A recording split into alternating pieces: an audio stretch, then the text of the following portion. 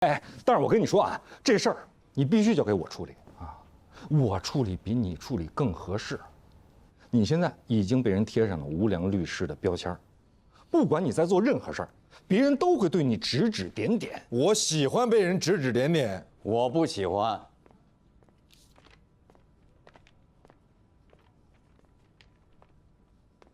这是你的休假申请表。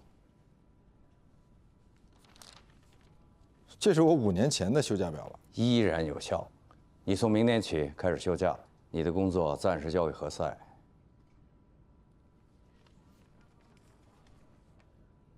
好。但是我有个条件，说，绝不能把责任推到助理或者临时工头上。必要的时候，我会让你负全责，比方说，吊销你的律师执照。 谢谢。我一定不辱使命，不辜负您的信任。是有条件的，我知道，不能推到黛西的身上，是不要推到任何人身上。我懂了，各方谅解。我的辞职报告。不要来不来就辞职，好不好？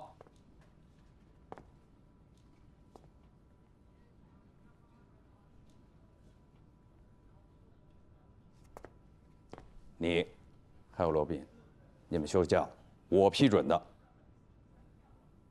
这件事就这么定了，不讨论。你说罗宾这么冲动，你也这么冲动，这冲动是魔鬼。魔鬼微笑的时候也是魔鬼，跟冲动不冲动没关系。不是，那冲动总是不好的吧？我佛慈悲，也有金刚一怒。恕我直言啊，刚才封印。 说让你别掺和，这是为你好。你说你还跟人家金刚一怒，哎，怎么都这么冲动啊？我不是让你去休假了吗？你跑回来干什么？我回来辞职啊。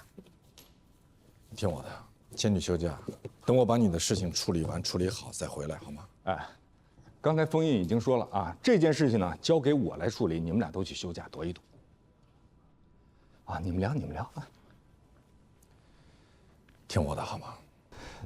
这携程上呢有好多推荐，我给你们推荐一些度假胜地。你们是想找民宿？有完没完？休假啊！给自己找个新的秘书吧。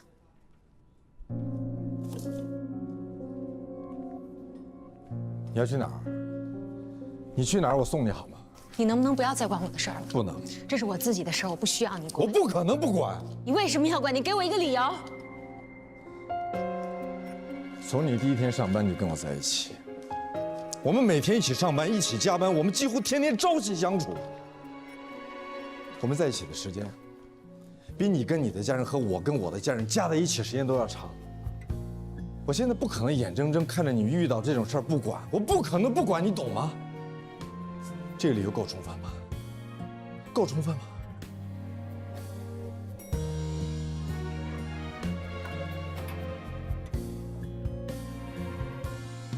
我的事情不需要你管。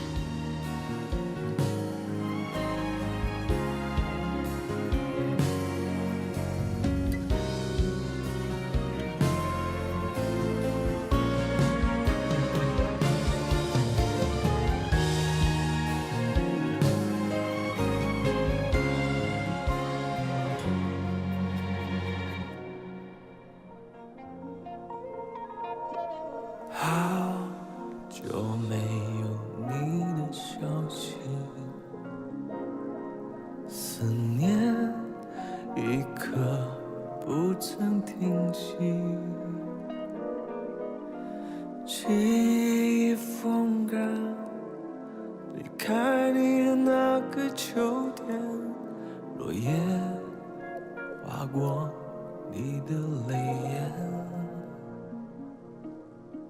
好久没有你的消息，是否努力把我忘记？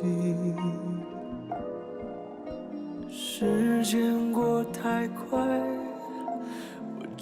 想让你明白，那些刻骨铭心都还在。你过得还好吗？偶尔会想我吗？想没想过重逢的一刹，会把我紧紧抱住吗？你过得还好吗？还会有一些期待吗？我还在爱你的世界里存在吗？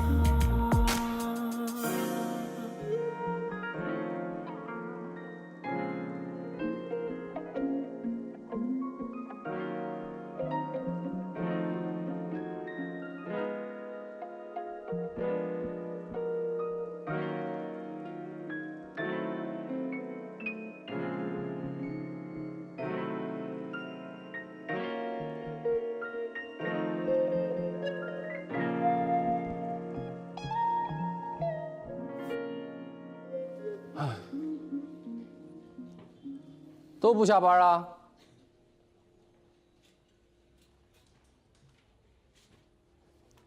小天，你觉得罗宾会不会丢车保帅啊？谁是车，谁是帅啊？你是真傻还是假傻？有人现在已经告到律协，告什么？范小天儿，你是不是脑子被门夹过啊？人家老人在你律所前台被气得心脏病发作，律所不用负责吗？那是碰瓷儿，坏人变老了。你别管是坏人变老了还是老人变坏了，我请你认真的去学习一下《中华人民共和国老年人权益保护法》。只要是老人，你别管他是坏老年人还是老年坏人，只要上了年龄、到了岁数，他都受法律保护。退一万步讲啊，咱们打个比方，假设丽娜的父亲是一名犯罪分子，那么他出狱了。生病了没人照顾，丽娜也得管。我们不管她的犯罪行为对她的儿女或者家庭造成了多大的伤害，只要是个老人，哪怕就是一个老混蛋，儿女也有法定的赡养义务。那这不就是老混蛋保护法吗？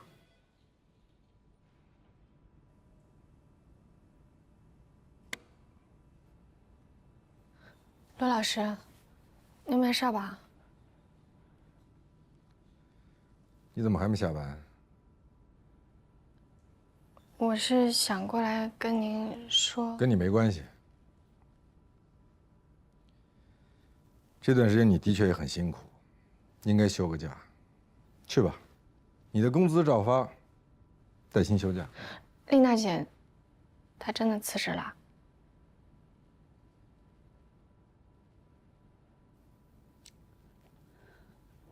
丽娜的父亲怎么样了？听说挺严重的。咱们听说的有点不一样啊。我刚从领导那儿回来，虽然有些话我知道你不爱听，但是我还要跟你说。我知道你跟丽娜的关系好，但是这件事情丽娜确实做的不对。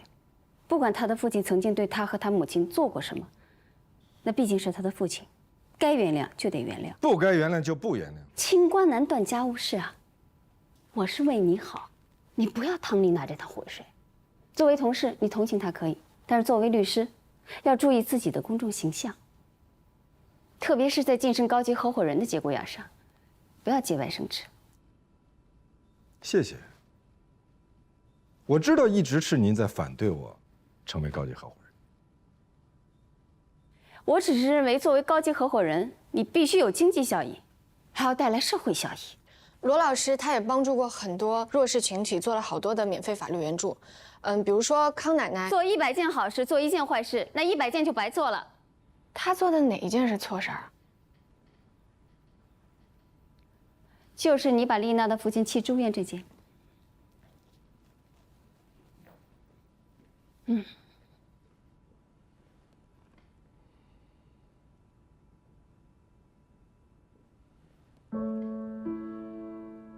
不用理会他，回去吧。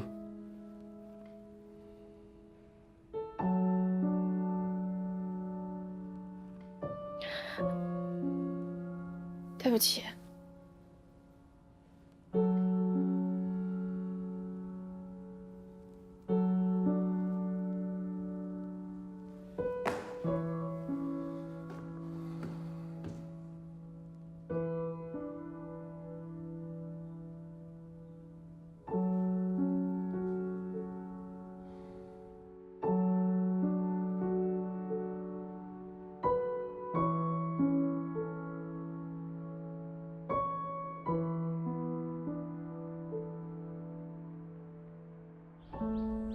也看了啊，我们这环境非常好，所以价钱啊比较贵。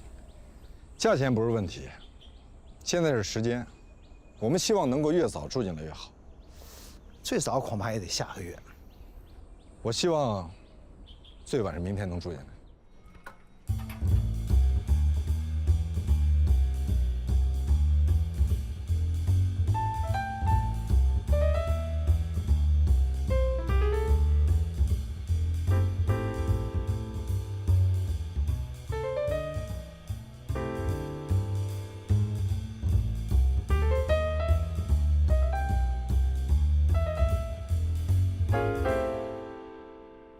那手指头划拉划拉，哎，拿大拇指示。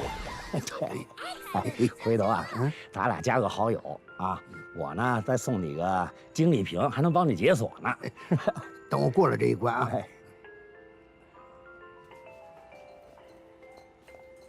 哎，您好，您好，厉先生啊，我们呢是来给您道喜的。我还能有什么喜事儿？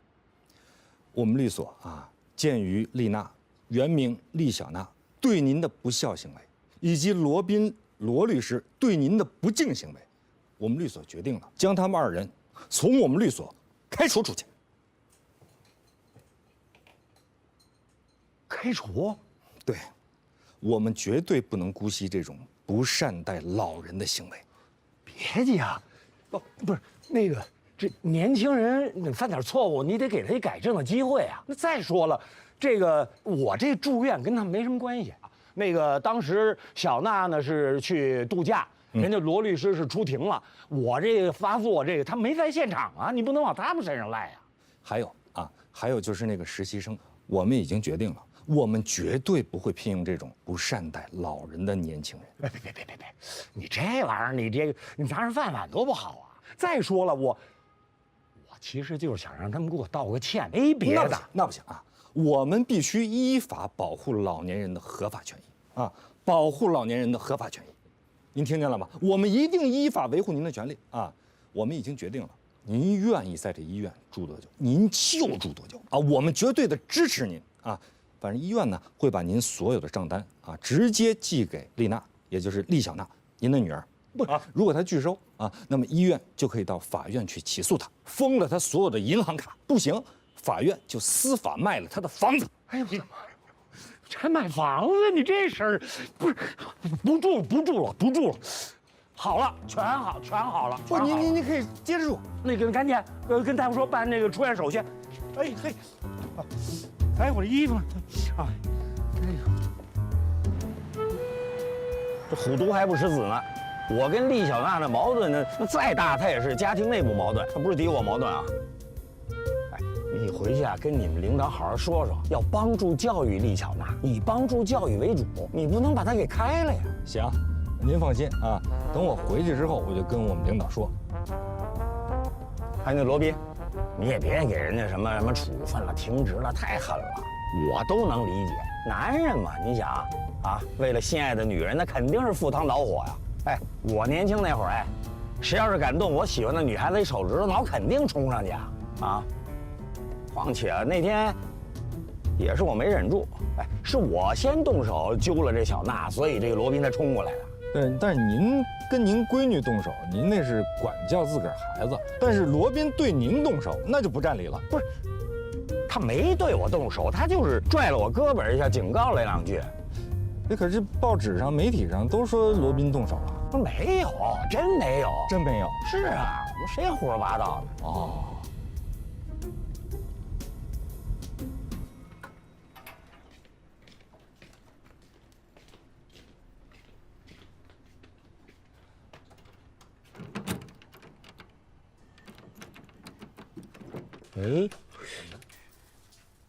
哎，开我家门干嘛？你们家啊？这是我女儿家。你女儿？丽娜啊？你去问你女儿，她租给我了，现在是我的家。麻烦您让一下啊。哎。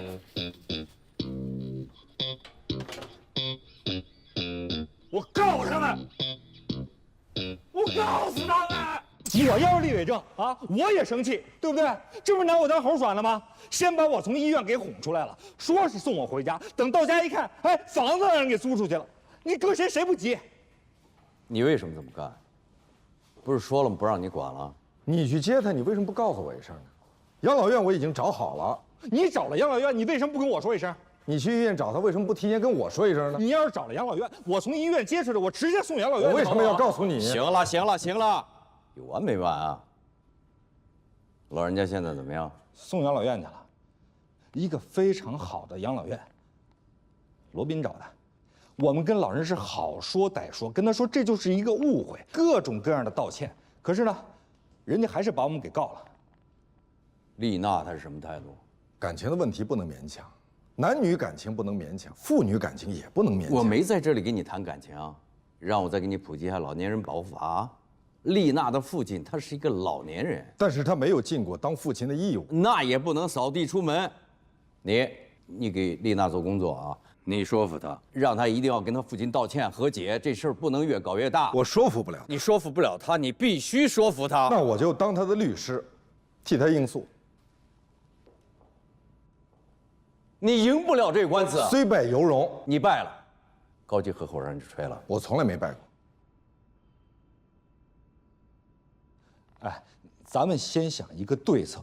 现在厉伟正不仅是告了丽娜，还告了我们，说是我们设了一个套，把他从医院给骗出来的，恶劣，影响非常恶劣。那等于给人说咱们所了一帮律师在围殴一位孤寡老人。我答应你的委托，啊，谢谢。我有个疑问，罗宾他不擅长家事类的案子。你不找罗宾是对的，罗宾的特点啊，是他不按牌理出牌，这是他的优点，也是他的缺点。就好比这一次吧，他找人假装成是房客，聪明是聪明，但是影响不好，甚至说是恶劣。你作为一个律师，甚至可以说是不符合职业道德。不是他找的，是我找的。全律所的人都知道是他找的，封印还骂了他。真的不是他找的，是我找的。我没问他，也没跟他商量，真的。你们俩为什么不在一起？您跟封印为什么没有情人终成眷属啊？可能我觉着客户比他重要吧。你们呢？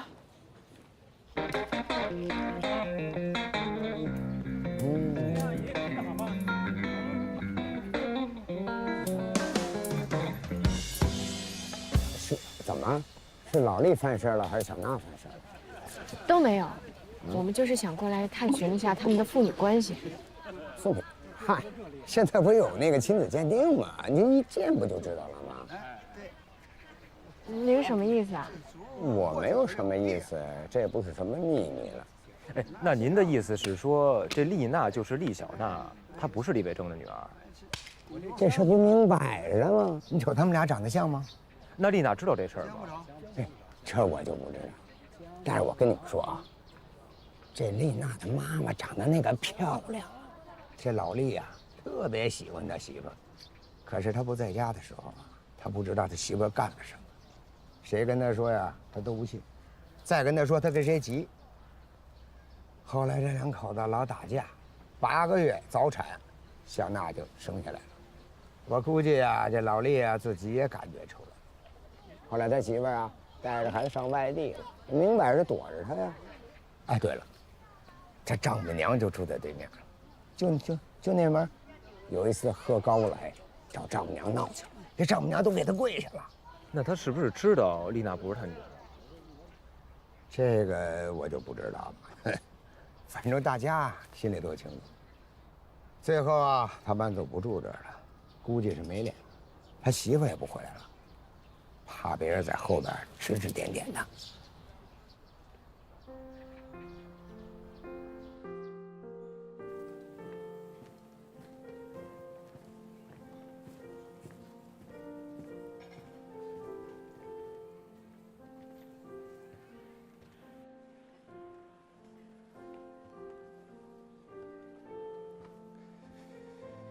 上法庭的时候，你可不能穿成这样。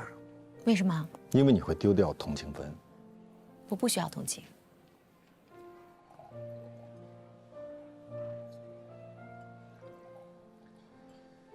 你从哪儿找了一个人假扮访客？我正好认识一个制片人，他给我找了一群演，结果戏太真了。我给你准备了一个礼物。今天不是我生日。这不是生日礼物，打开看看吧。专程去买的。我在唯品会上买衣服，正好看见你喜欢的牌子。哇哦！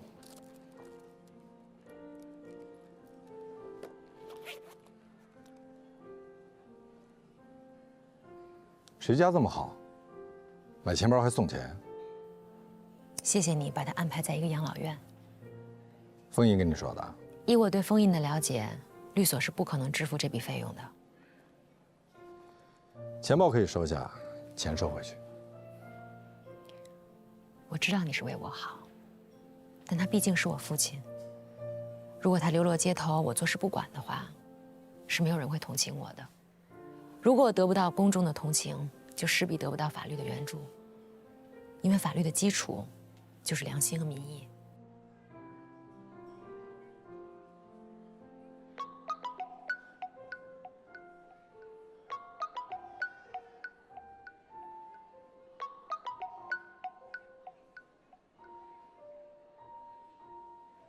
喂，佳敏姐，你在哪儿呢？我现在正在外面跟人谈事儿。那咱们之前说好的事儿呢？谢谢，我过一会儿回给你。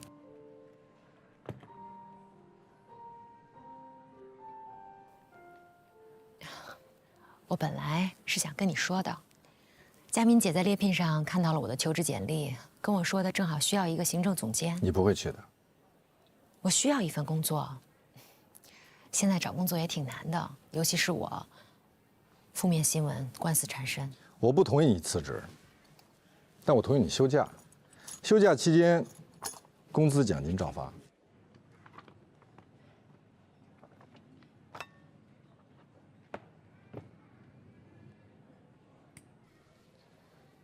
签字。你太贵了。我是法律援助。我不想欠你人情。你是怕我输？这是我自己的事情，我想自己处理。我不会让你自己处理的。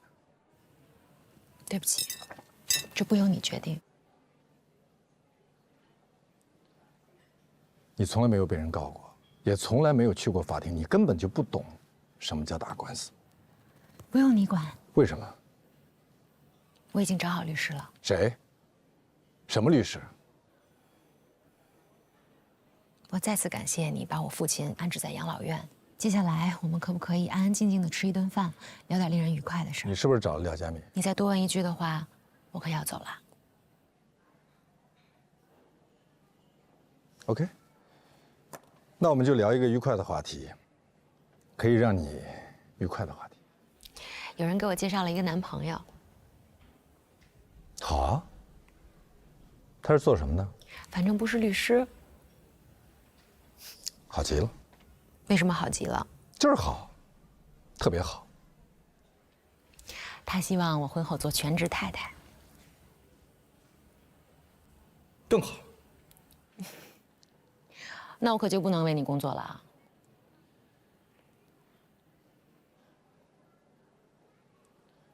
祝你早日找到一个新的秘书。撒谎的人，尤其是不常撒谎的人，心跳会骤然加速，而且声音会变细，语速也会加快。你是说我在撒谎？我在说，你在非常辛苦、非常努力地找一个愉快的话题，非常愉快。跟你晚餐真的让人非常愉快。Cheers。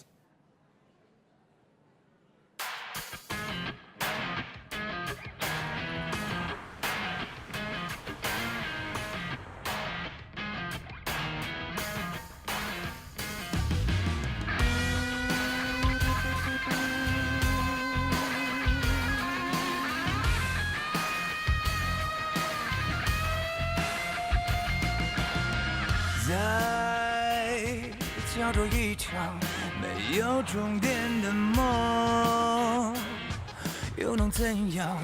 香烟从未散场，又怎样？纵然百孔千疮，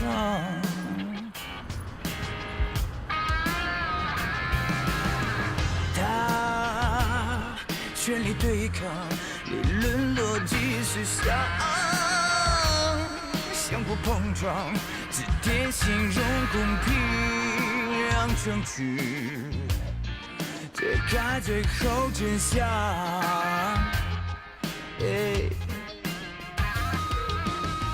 只能够战胜残酷，只能去圈住迷途。他要走的每一步，不犹豫，不彷徨。这夜的星光长什么模样？他们来了。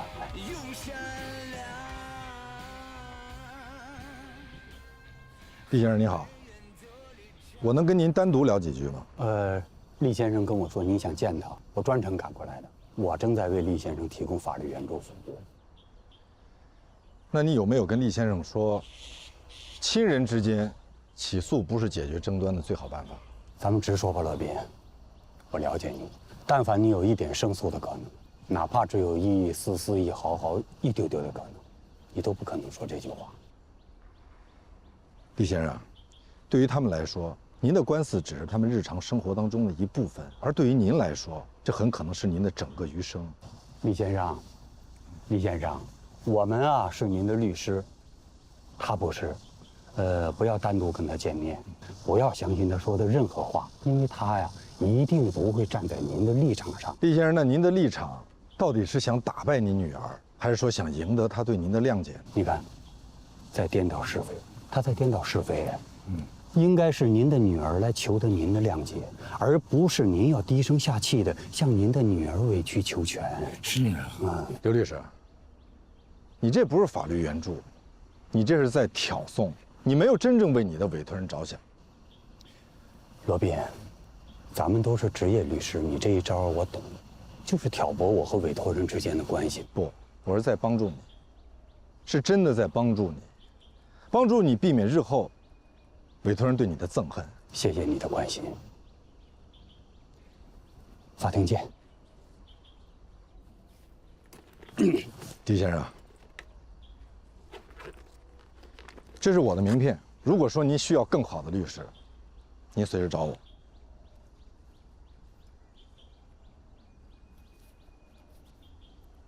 哟，政府法律顾问团，哎，他跟政府熟啊？那都是虚名，没什么用。我正在发起网络声援活动。那是干啥的呀？就是发动群众支持咱们。啊？大家安静一下，安静一下。那个，各位叔叔阿姨，大家是不是都已经累了，对吧？现在呢，大家跟我一起呢到我们的会议室里，我们会议室里有椅子，咱们有什么话坐下来，咱们慢慢说，慢慢说。我是这里的律师，来，大家跟我来，大家跟我来，跟我来，跟我来，来，跟我来，跟我来，都跟我来，跟我来啊，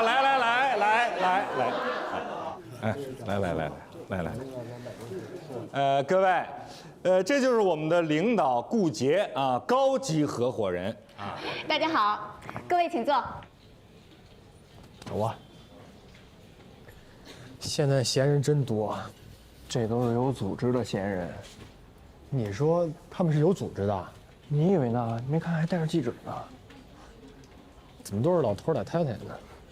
受过良好法律训练的人，一旦失去良心，作恶的危害性更大。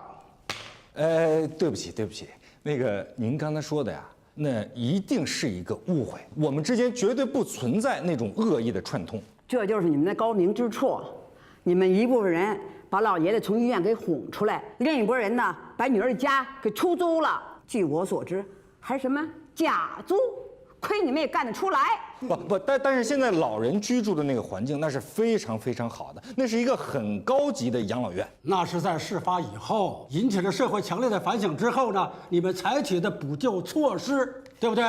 对，是这样。我们律所呢，现在正在跟老人做积极的沟通。我们律所的态度非常明确，绝不姑息。对于不孝敬老人的员工，经过批评教育还不改正的，我们一律开除。那开除就行了，这起码这赔礼道歉呢。你们要给社会一个交代呀。对，公开道歉，以平民心。没关系，这人的一生当中啊，要遇到很多事情，出了问题不怕，想办法解决它。不管是将来你做出什么选择，留在这儿还是到别的地方，我都赞成。谢谢您。那我就去人事办手续去了。好，以后用得着我的地方开口。谢谢。给律所添麻烦了，实在不好意思。不存在。老大，哎，有事吗？你怎么今天来了？怎么了？他们找了一大帮人，跑到律所来闹来了。他们是不是我爸带人到律所来闹事儿来了？您赶紧去看看去。哦，顾杰在那胡说八道的，我拦都拦不住。我去跟他们说。不是，哎，你去干嘛去啊？顾杰刚才还说要把你给开除了呢，你现在去干嘛？另外，你跟罗宾也说一下，让他这段时间注意点，别总是那么高调。你说今天早上，他跑到养老院去威胁你老爸，你这不是激化矛盾吗？怎么回事？具体情况我也不知道。我看了刘英美的朋友圈，她说罗宾威胁她的当事人，她没有指名，但是一看就是说罗宾的。刘英美那肯定是在胡说八道。哎，他可是你姐夫。是，他是我姐夫，但是我也讨厌他这个人，我好几年不跟他说话了，真的跟我没关系。罗宾跟他在上学的时候就有矛盾，所以……哎，丽娜，你先去人事吧，让罗宾不要冲动。去人事干嘛？冯毅，你今天让丽娜来，是不是要逼着她辞职？你能不能把我往好处想？对不起，我要出门。什么乱七八糟的？哦，对，那我们之间您先忙。好，忙。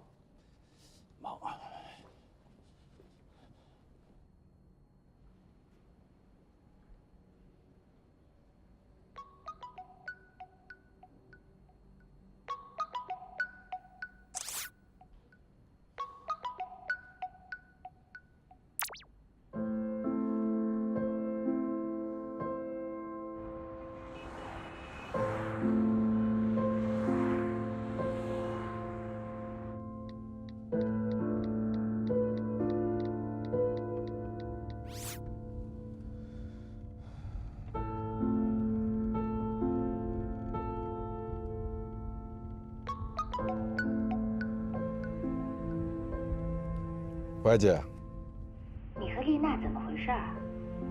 网上到处都是。没事儿，什么事儿都没有，真的。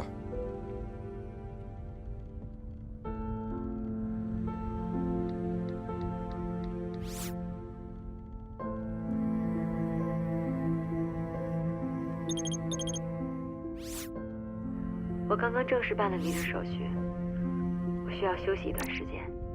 谢谢。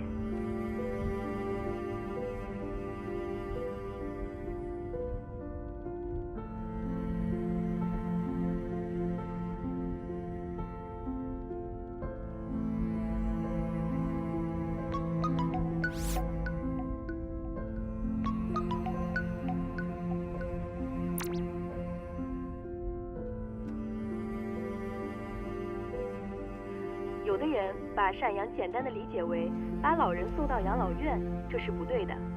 我们国家老年人权益保护法说得非常明确，赡养人应当履行对老年人经济上供养、师傅，麻烦您把那收音机关一下，行吗？精神上慰藉的义务。谢谢。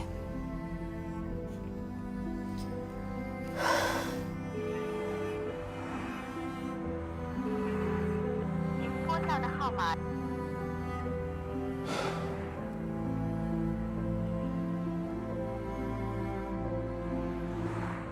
丽娜，给我回电话。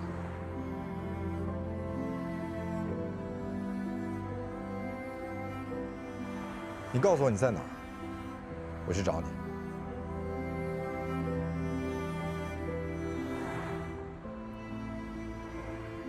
我知道你能受到威胁，我知道你也能听到威胁。你告诉我到底怎么了？到底出什么事儿了？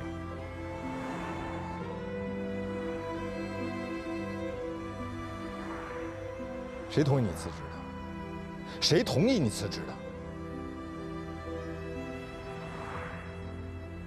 我想告诉你，我有事儿跟你说，我真的有事儿跟你说。回电话，给我回电话。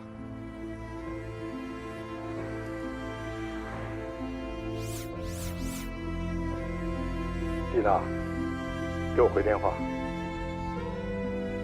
你告诉我你在哪儿，我去找你。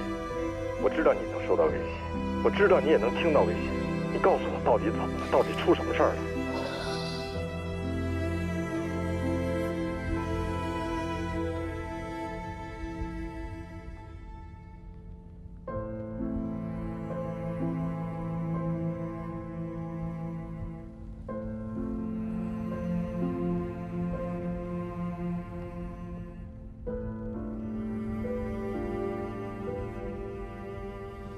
我跟丽娜联系不上，我有事儿要找她，你可以帮我跟她联系一下吗？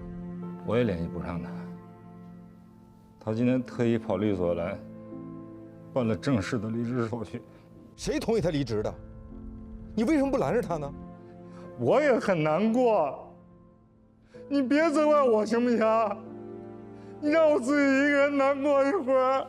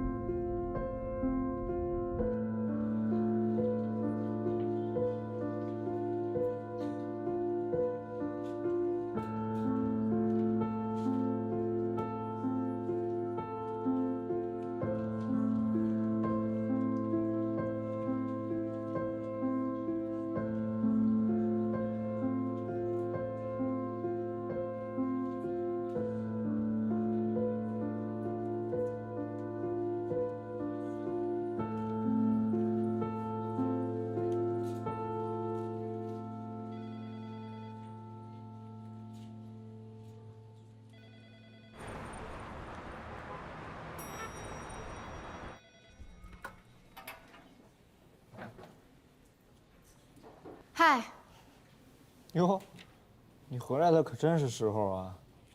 怎么了？你没感觉今天律所的气氛有点奇怪吗？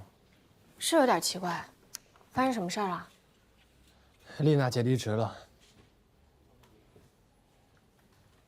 罗宾不在，老大让他休假了，强制性。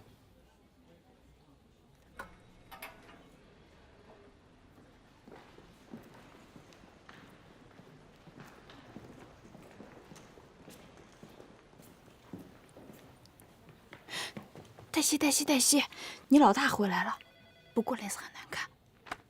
哎，你可别惹他生气啊！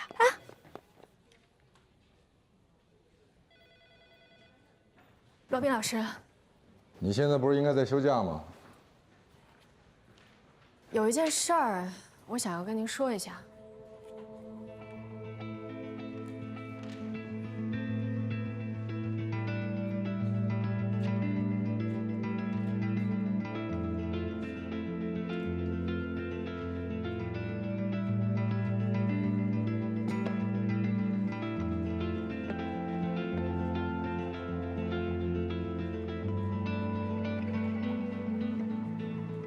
夏老师，给我坐下！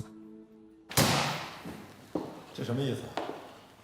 你什么意思？昨儿你不在，你不知道发生了什么事儿。我不管发生了什么，我不能不管啊！我是这个律所的主任，我得对律所负责。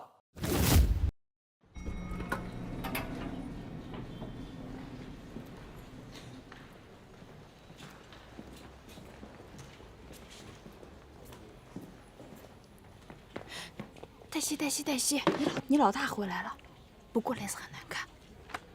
哎，你可别惹他生气啊！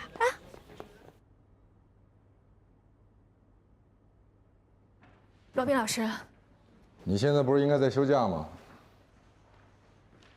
有一件事儿，我想要跟您说一下。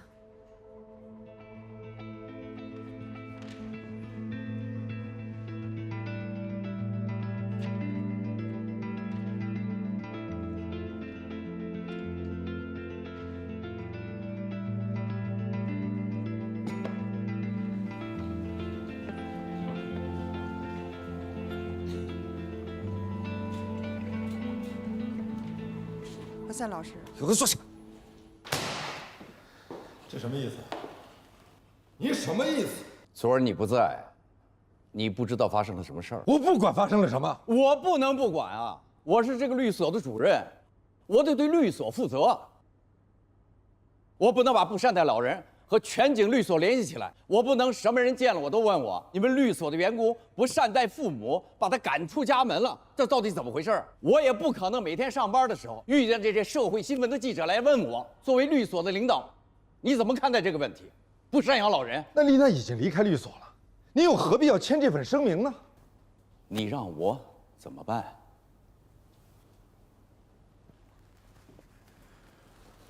你的这些做法，往严重里说，已经损害了律师行业的形象了。那你就直接把我开除好了。你不要咄咄逼人哈！我就一个要求，我们绝对不能在这个时候对丽娜落井下石。落井下石？谁在井里啊？是我在井里，你们下石好不好？我不管，反正丽娜必须回来上班。这份声明你必须收回。鲁斌，鲁斌。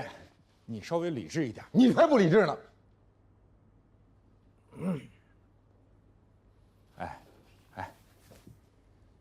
你都不知道封老大这段时间替你承受了多大的压力。你想想，你平时你得罪了多少人啊？这些人一直在找机会朝你身上扔石头，现在终于这机会来了，所以他们在四处的诋毁你，并且要求要吊销你的律师证。可笑！凭什么？就凭你去威胁了李伟成。我没有。他的律师说了，你不仅威胁了他的当事人，而且诋毁他的律所和他的专业能力。姐夫，你应该比我清楚他的为人。是，他是我姐夫，咱们不管他的人品怎么样，但是你不应该去威胁当事人。再胡扯，我就跟你翻脸。你跟我翻脸，我也得说，这件事情本来是可以平息了。就是因为你的一意孤行，你的不顾一切，才造成了今天的局面。封老大是咱们领导，如果事情进一步的扩大，那么他不能说我不知道就推卸掉责任，对吧？如果他被认定对本律所律师疏于管理，存在包庇、纵容、袒护本律所律师，造成严重后果的，那么我们全景律所就要受到处罚，非常严重的处罚。如果非要有人负责，我负责。你负不起这个责。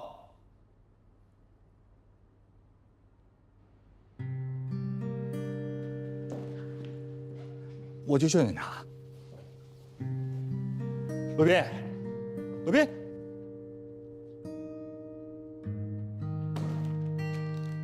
你不能动不动你就金刚怒目啊！金刚怒目不如菩萨低眉啊，这是一典故。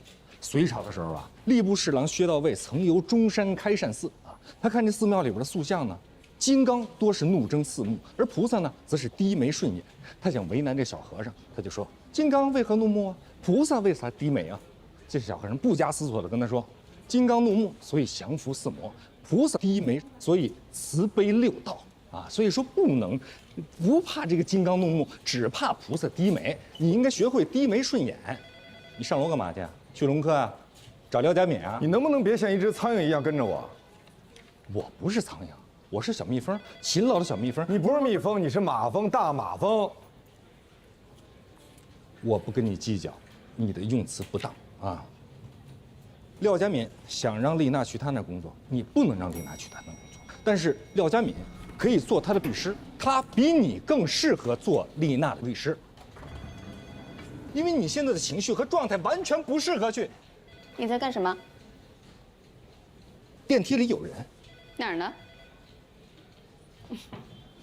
你在嘲笑我？你来干什么？哦，我是想过来找罗宾老师说句话。罗宾老师，听见了吗？罗宾刚才在电梯里，我在跟罗宾说话。你可以找个心理医生，我这儿有电话。哎不，就像现在这样啊，你在电梯里边，我在电梯外边，电梯门徐徐的关上，我正在跟你说话，你明白了吗？我找什么心理医生嘛？你这么做会激怒封印。你还不如直接说，我就是为了激怒封印才这么做的。事实上是这样的。事实上，我真是不理解你为什么到现在还留在全景，而且至今都没混到一个高级合伙人。事实上，我倒是可以理解您为什么把律所开在我们楼上，而且孜孜不倦地挖我们的墙角，抢我们的客户？虽然几乎没占到什么便宜。我现在才理解丽娜为什么对你那么失望。那一定是您做了不少工作，功不可没。看，你不能把对客户的那一套拿来对付丽娜。客户来找你的时候，多数情况下他们都是深陷泥潭、惊慌失措的时候，你正好可以抓住他们的弱点，让他们听从你。律师如果什么都听客户的，客户还需要律师做什么？但是丽娜不是你的客户。我忘了提醒丽娜，您最擅长的是什么？我擅长很多啊，不知道你说的是哪一面？您最著称的那一方面，挑拨委托人和律师的关系，让委托人怀疑自己的律师。你也很擅长啊。您过奖了。你是实至名归。谢谢。那我就开门见山吧。丽娜来找我，做了她的律师，我们已经达成共识，绝不妥协。如果你是想让我帮你找丽娜，你态度可以变好一点，求人帮忙嘛，你不能用这种兴师问罪的语气。那好，廖主任，请问我到哪儿可以找到丽娜？啊，这个态度就好多了。我为我刚才的态度向您道歉。没问题，我不介意。那好，那现在请您告诉我，丽娜在哪儿？我得先征得当事人的同意，请谅解。现在，你可以问我丽娜什么时候来我这儿上班。她不会到你这儿来上班。我们拭目以待。拭目以待。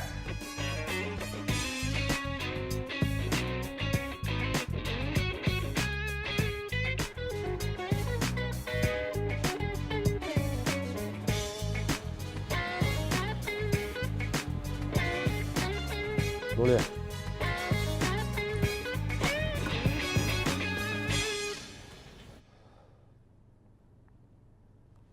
有事？是你力主要开除丽娜？百善孝为先。你是公报私仇？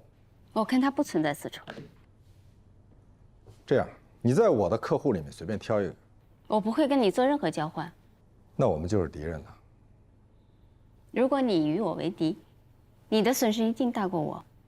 所以我强烈建议你向我道歉，我现在还可以接受。做梦吧。那我将很遗憾地告知你，只要我在全景一天，你就别想晋升为高级合伙人。我建议你现在就可以到猎聘上去找工作。我也遗憾地告知你，你在全景的时间不会太久了。我也认真地建议你好好考虑一下自己的退休生活。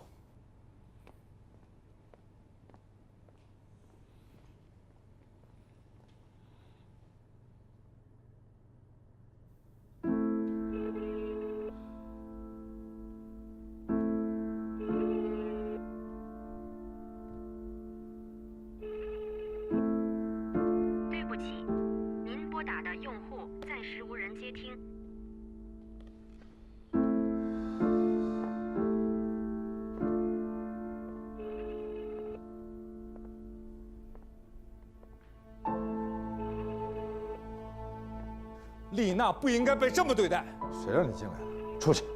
她被这么对待，都是因为你。你四处得罪人，毒舌，自以为是，她都是你害的。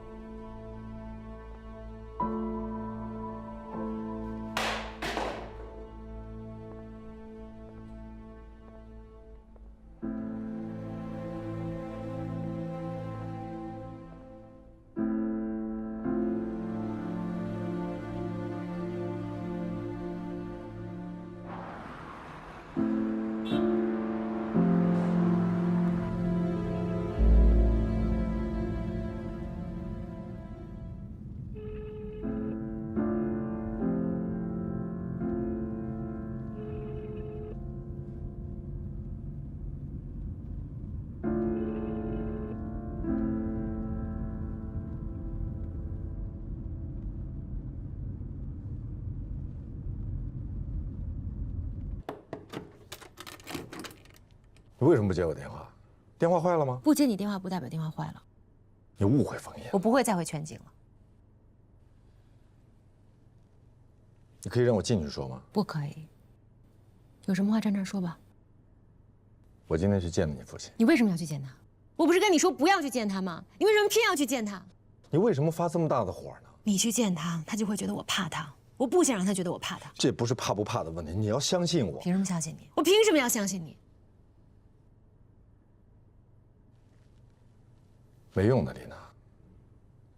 你想让我生气，跟你翻脸，不管你的事儿。没用的，我会管的，我会管到底。你不要以为你关上门不接我电话闹辞职，我就拿你没办法。我一定会管，一定会管到底的。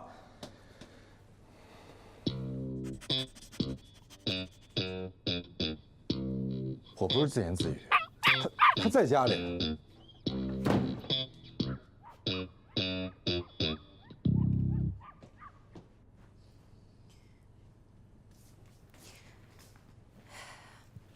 我给你加点酒。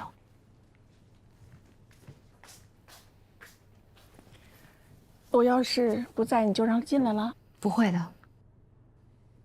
你们全景一直禁止员工之间婚恋，以前不禁止吧？在我走之后，拜您所赐。哎，你要是离开全景，到我们龙科来，佳敏姐，我猜您断然不会让您的员工跟全景的人谈恋爱吧？不过我们律所内部是允许婚恋的。我明白了。您的意思是说，想让我说服罗宾跳槽到您的律所去？如果他来，我可以给他高级合伙人的位置。那他也不会去的。为什么？啊，以前不会，现在可能会了。我听说他的高级合伙人申请没有通过。那也不会的。为什么？枫叶与他有知遇之恩，恐怕不完全是知遇之恩。您这话什么意思啊？我听说他最近新招了一名女助理，非常神秘。绝对不可能。嘿，我什么都没说呢，你就说绝对不可能？我了解罗宾，黛西跟罗宾绝对不可能有你们说的那种关系啊。所以他因为黛西，不惜得罪对他有知遇之恩的枫叶。他和枫叶那是因为正直，他们俩一直都是这种关系，直言不讳。就算枫叶当时是被他冒犯了，之后他还是会原谅罗宾的。为什么？因为他知道罗宾是出于公平。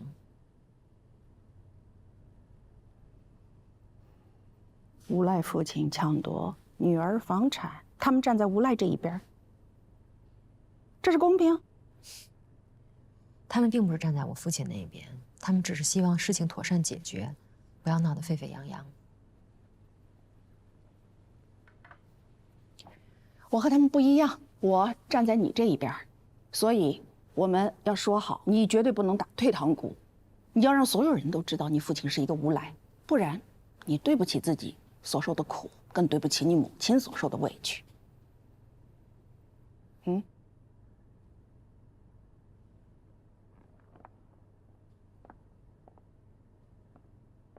你对待无赖不能退让，你半步都不能退，你退一寸，他进一尺。走了。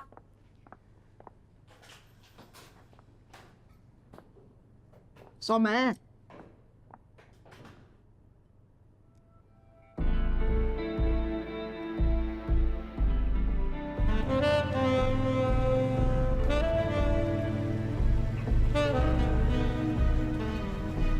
把忧伤丢在等你的伤口，微笑着牵起你的手，温暖的陪着你走，把孤独留在等你熟睡以后，把彷徨踩在冰冷的街头，让我把黑暗都带走。日月星辰为你留除了幸福，其他让我去承受。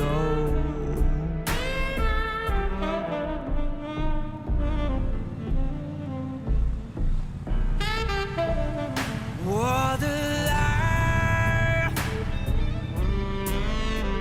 只需要感受，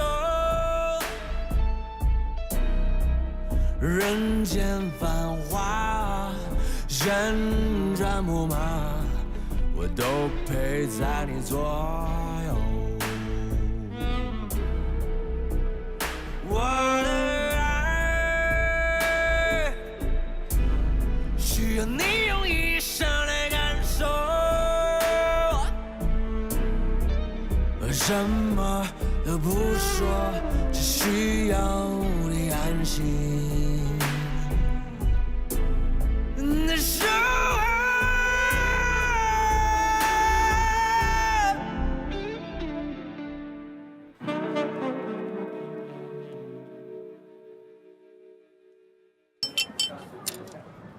哎，嗯，您打算什么时候结婚？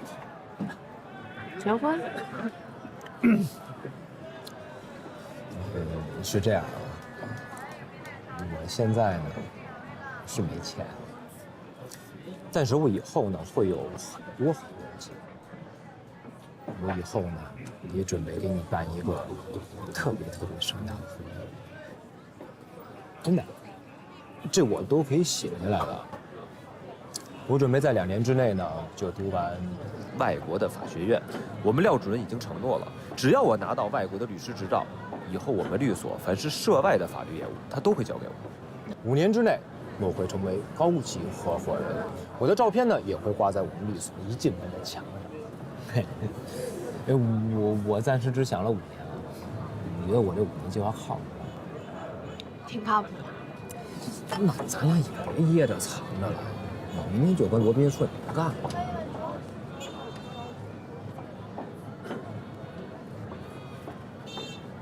能不能过一段时间啊？为什么呀？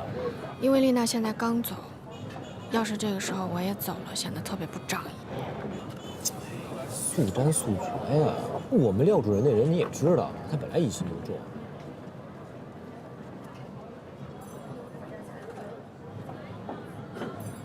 我想想，你想什么呀？速战速决啊！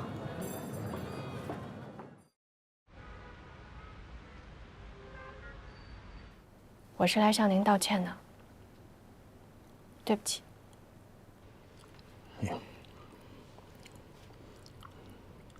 我可是大半辈子都没听说过人跟我说对不起。我听到的呀，都是跟我说我对不起他们。其实，我特希望啊，别人跟我说句对不起，然后呢，我说句没关系。可是他没人跟我说这对不起。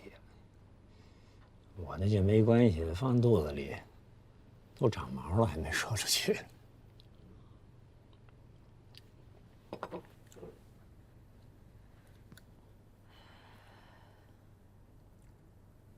今天我过来，是想要问您一个问题。你说，丽娜是您的女儿吗？丽娜是您的女儿，她才对您有法定抚养义务。如果她不是您的女儿的话，她就没有这个义务。那你们之前所有的指控的话，她都无条件可以。你怎么又装啊？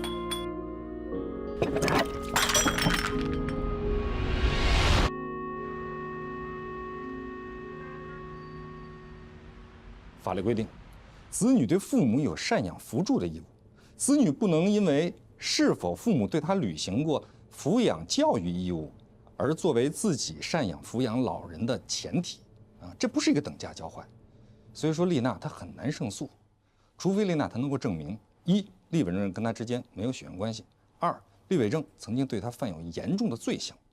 一般的父母的错误，对孩子造成的伤害，都不是不赡养老人的合法的理由。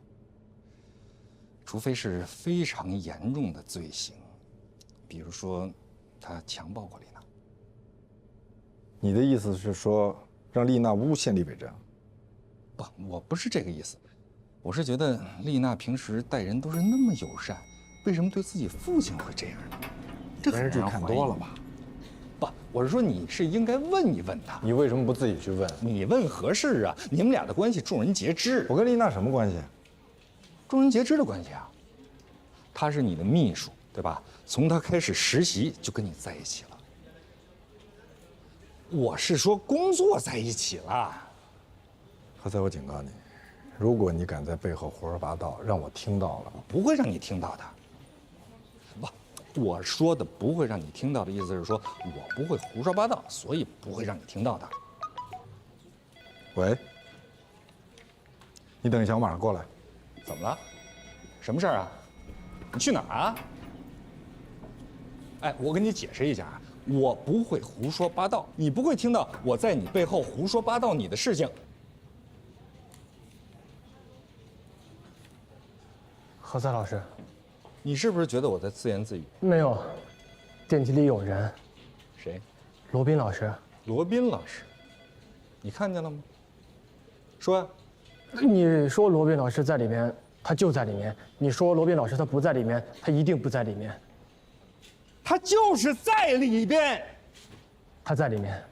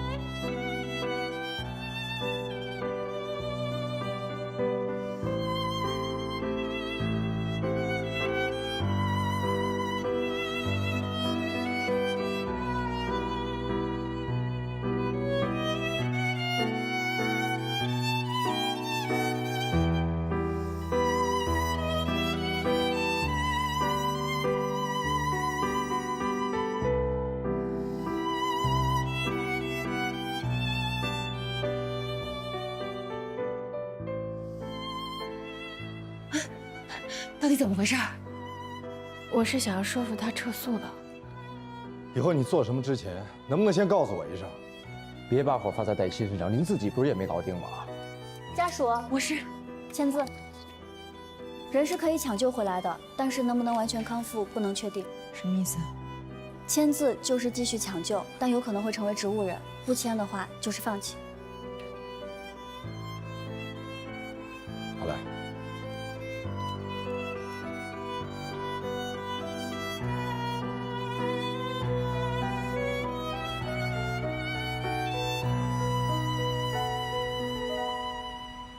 不管谁问你当时怎么回事，你就说你跟厉北辰跟那闲聊呢。你没说过任何过激的话刺激过他，你也不知道他心脏不好，高血压，你也别承认你威胁过他，要把他坐过牢的事全都兜了出来，还有好多丽娜不知道的事要告诉丽娜。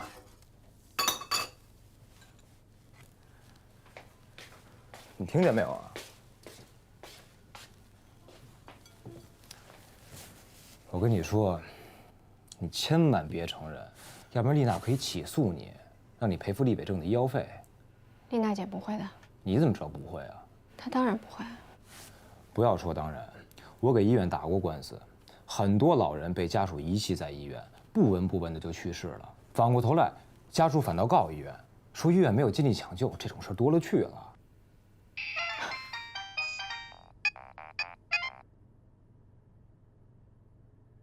喂，已经抢救过来了。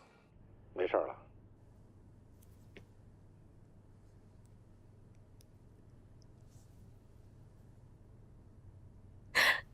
对不起，对不起，对不起，我不是故意的，对不起。好了，别自责了。最近这段时间，我情绪也比较急躁，你不要太放在心上。心点儿。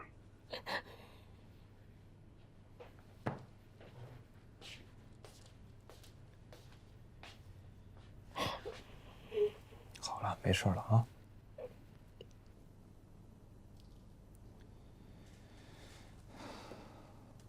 是这样啊，这个亲子关系诉讼当中啊，一方当事人拒绝鉴定，那就直接会导致法院会推定另一方他的主张是成立的法律后果。啊，换句话说，就是说你现在提出来说咱要做亲子鉴定啊，你认为厉伟正他不是你生身父亲，他是在冒充你父亲，要求你来赡养他，啊，你提出了这个鉴定了，如果说厉伟正他不同意，他不愿意做这个鉴定，那么好，法院就会推定你的主张是成立的。何塞啊，你等会儿，我把话说完了。现在看起来啊，这厉伟正他非常有可能他不是你的父亲，他之所以找到你呢，他就是为了报复你，他就是因为他自己心里边不平衡。何塞啊，你吃饭了吗？我没吃，我听说这事我马上就过来了。那你先去吃点饭。我先把话说完了啊。如果说厉伟正他就不是你父亲，那你就不存在对他有什么赡养的义务，对不对？谁听说突然间蹦出来一人啊，说丽娜，我是你爸爸啊。你妈在你小的时候把你给藏起来，我不知道你的存在。现在我找着你了，你甭管我养没养你，我现在就要求你来赡养我，没有这种事儿。何塞，对不对？你能不能先让丽娜消化一下？啊，那我去吃点东西啊。有什么问题啊？你问我，问罗宾都行，啊，别怕啊，有我们在呢啊。那我走了。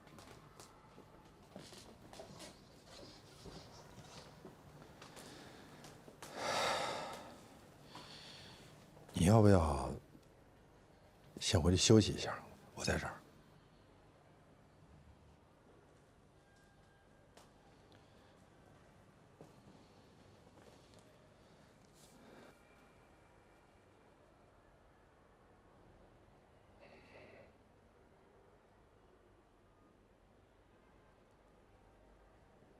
这个亲子鉴定做吗？我不做。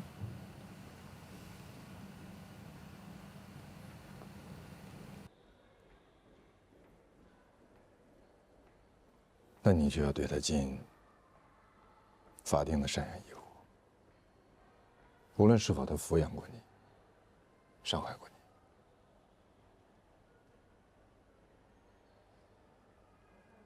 这些年，我跟着你，也学了不少东西。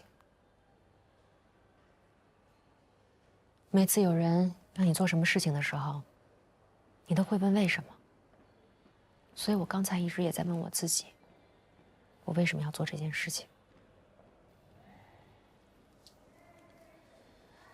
然后呢？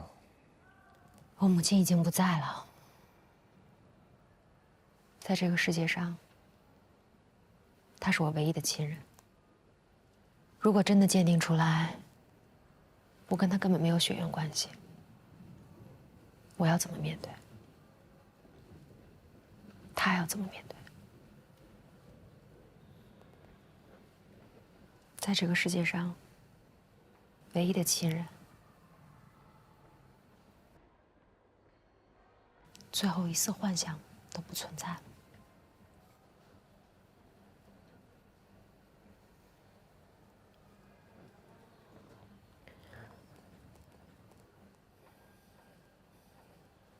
所以我决定养他，只要他能醒过来。不管他是不是我血缘上的父亲，我都要养他。就像他希望的那样，我们要像这个世界上所有正常的家庭、正常的妇女一样，我会经常去看他，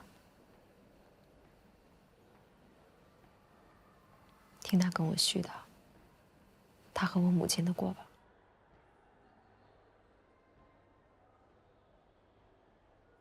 我们还是家人。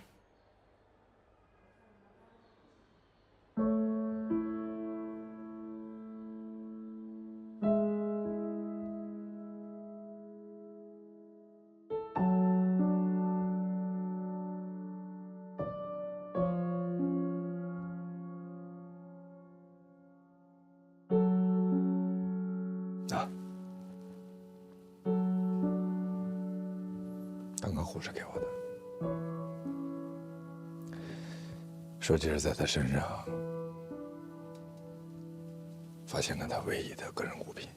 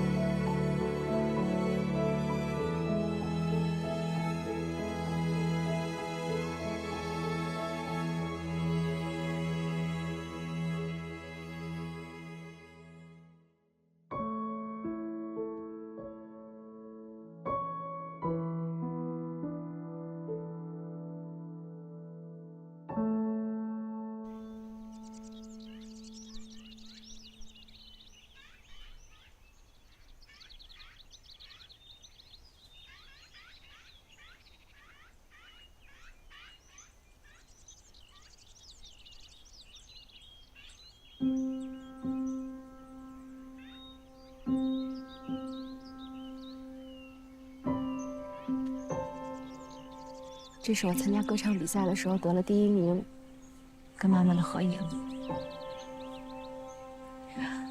我本来想当个歌星的，可是我妈不让。你妈不让啊，你也别怨恨她。你知道吗？你妈当年是我们县剧团的台柱子，可漂亮了，多少人喜欢她呀！可是她都没看上，就看上您了。你怎么知道的？我妈跟我说的呀，她跟我说您年轻的时候可帅了。她真这么说了？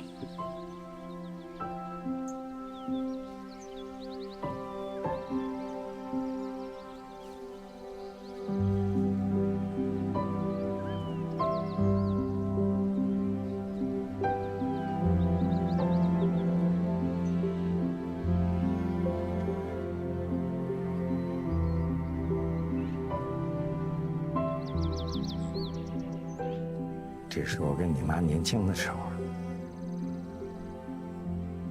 她还留着这张照片呢。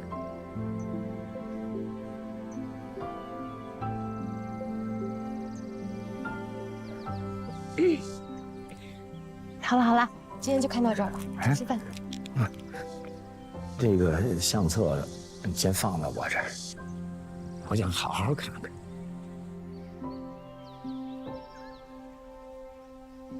那您可别弄丢了。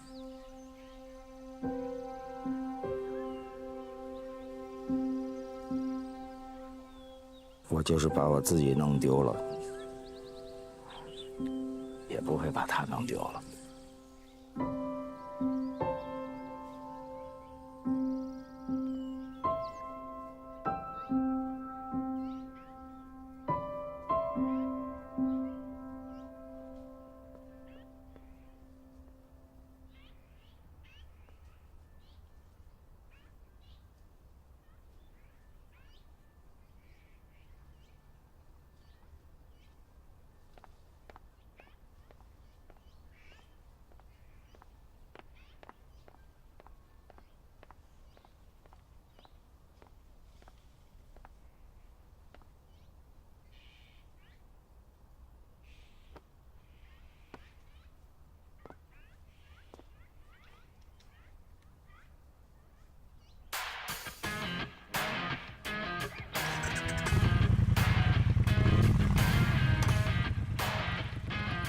明天见。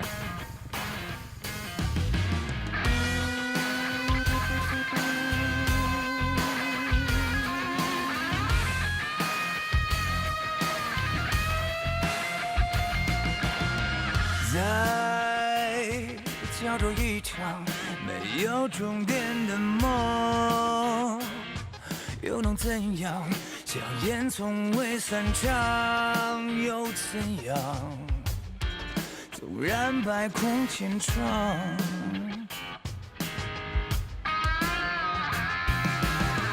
他全力对抗，理论逻辑思想。相互碰撞，字典形容公平，让证据揭开最后真相。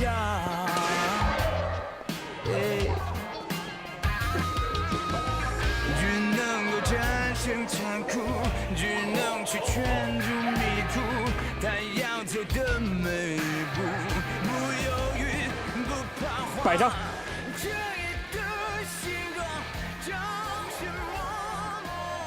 不好！来来来，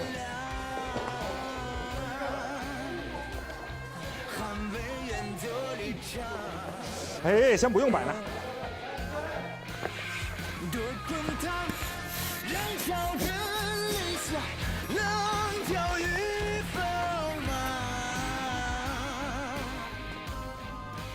你们在干什么？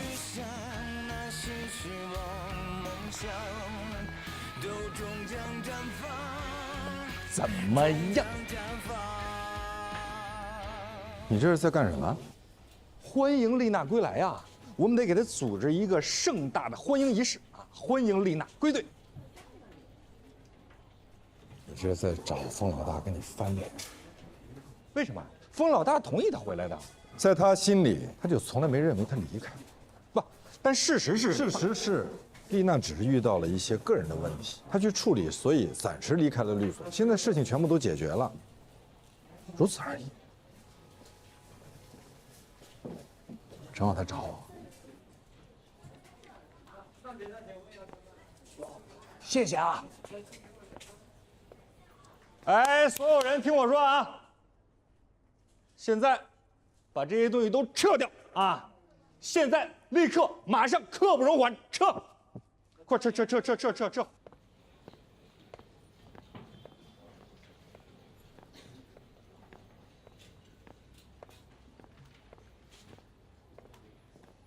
老板，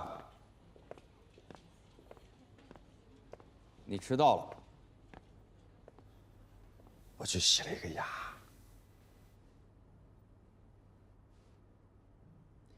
你欢迎丽娜回来的方式还真的是很特别。王大奎在会议室已经等了你半小时了。他没有预约啊。我不管有没有预约，他是你的客户，他是瑞科的董事长。是老板。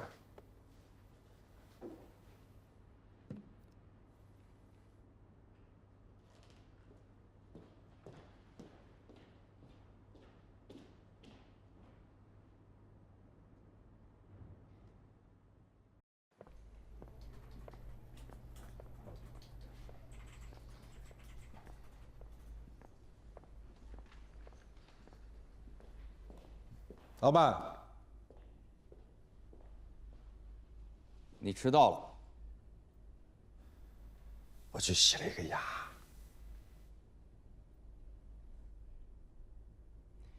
你欢迎丽娜回来的方式还真的是很特别。王大奎在会议室已经等了你半小时了。他没有预约啊。我不管有没有预约，他是你的客户，他是瑞科的董事长。是老板。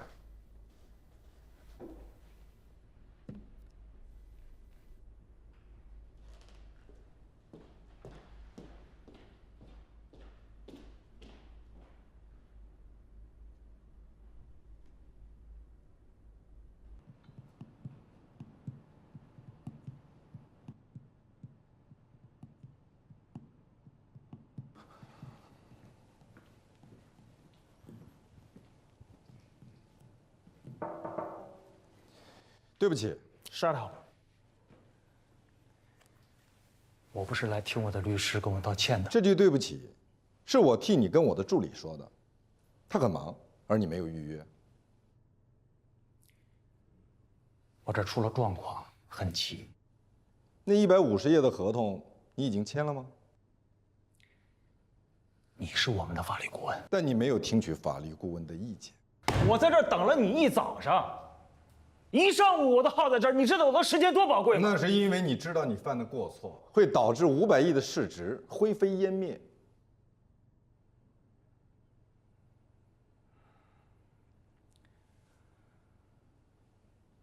我只想知道，你能阻止这一切吗？我要30%，不可能。其他律师都是15%。那你就去请其他律师。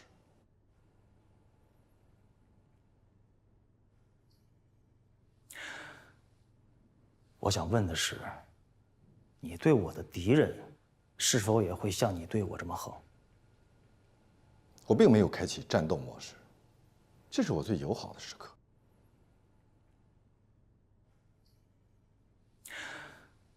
好，就30%。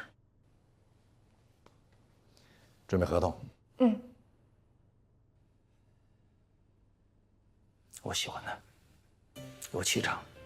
我最讨厌那种对我唯命是从的律师。明白，千军万马取上将手机。对，替我取他们手机。好。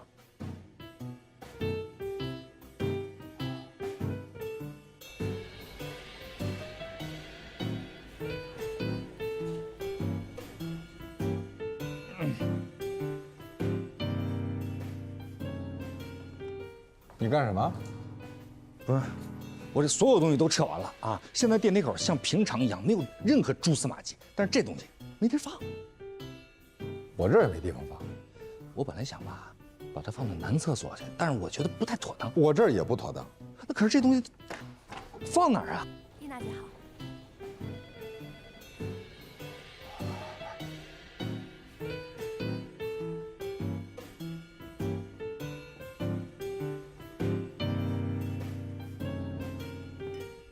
别呲牙了，赶紧拿走，我这儿不能放。那放哪儿？就放这儿啊，这样。我跟你说了，不可以放这儿，拿走。就这，拿走。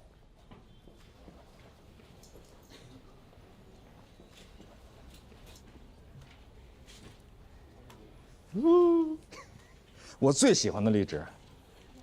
谢谢。你怎么知道是我送的？当然了。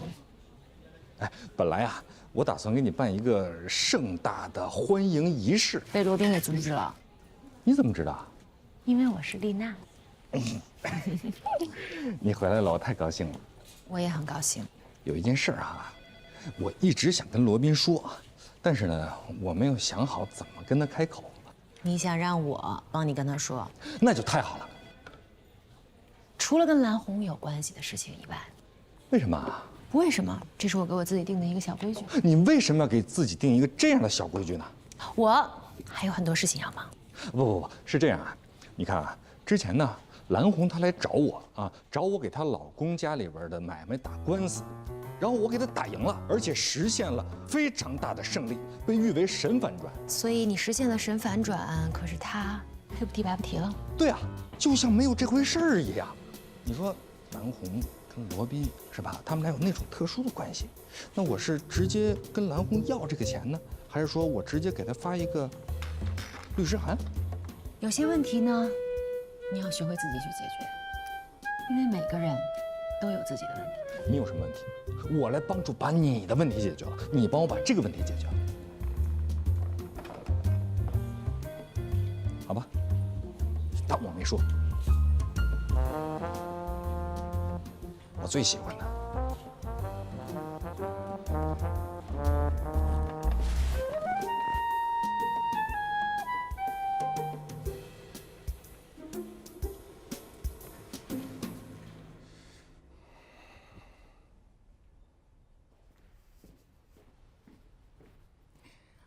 我父亲送你的好酒。谢谢。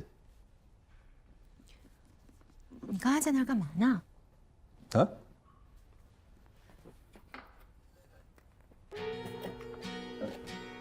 你做的？怎么把它放那儿了？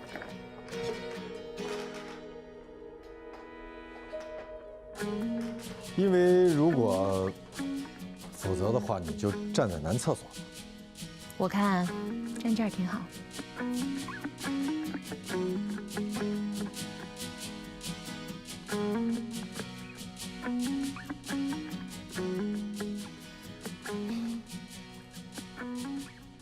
丽娜已经上班了吧？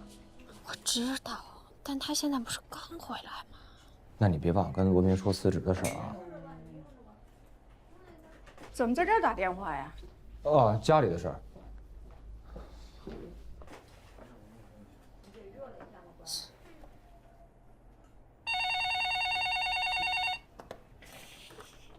喂，您好，准备好了吗？都已经准备好了。嗯。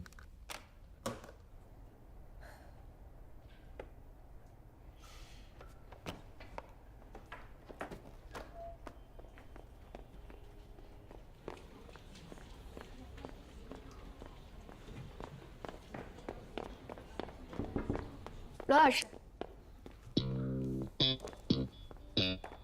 你有事儿吗？有。重要吗？不重要。那你们先忙吧。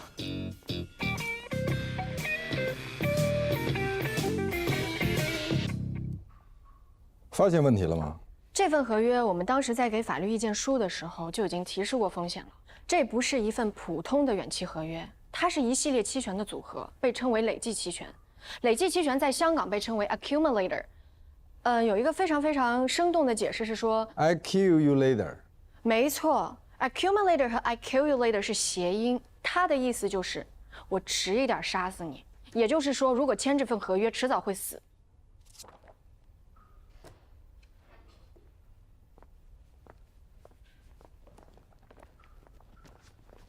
你们这种累计期权的合约设计本身就是不平等的，违反了合约的公平原则。那合约就是合约啊，你签了，你有什么办法呢？还是有办法的。比如说解除、终止，或者重新签订补充条款。那也得双方都同意啊。你们这种产品是有巨大的向下风险的，往上给投资者的回报是很小、很有限制的，但是往下的风险可以是几十倍，甚至是几百倍。因此，如果你让投资者签了这样的合约，造成了巨额的亏损，在国外你们是要承担极大的法律责任的。那你们就到国外告我们好了嘛。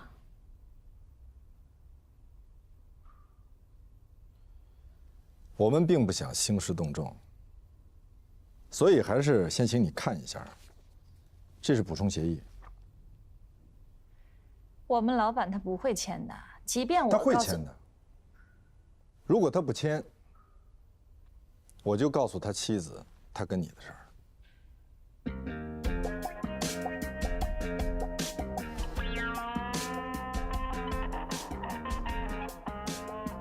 而且据我所知，他跟他妻子并没有婚前协议。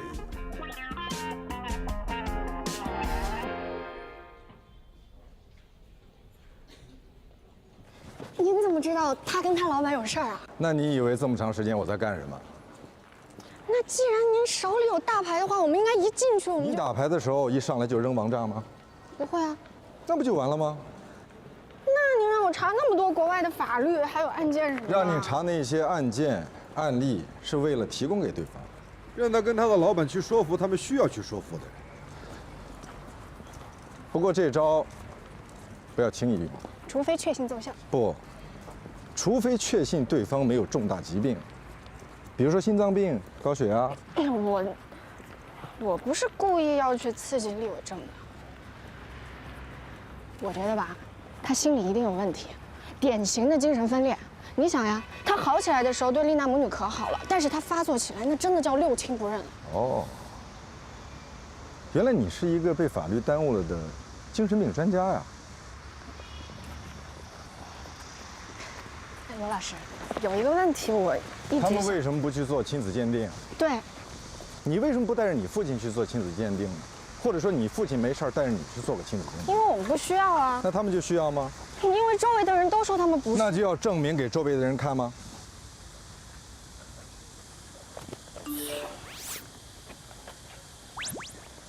罗老师，有一件事情。着急吗？我后面还约了人，不着急的话以后再说。不急，不急。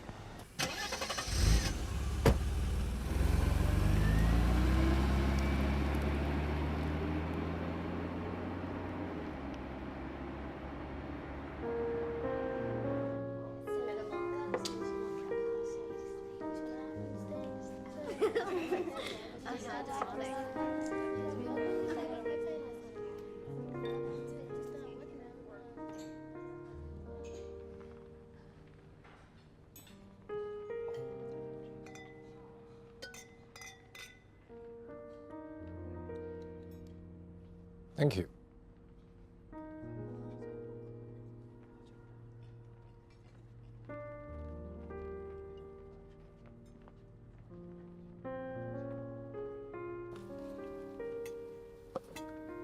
送给你的。今天不是我生日，这不是生日礼物，那是什么？你终于决定向我求婚了。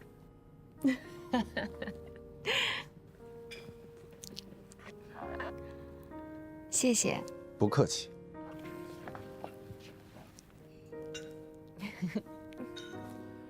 我只是出于好奇，你是怎么知道高龄的法律顾问跟他老板？因为我是丽娜。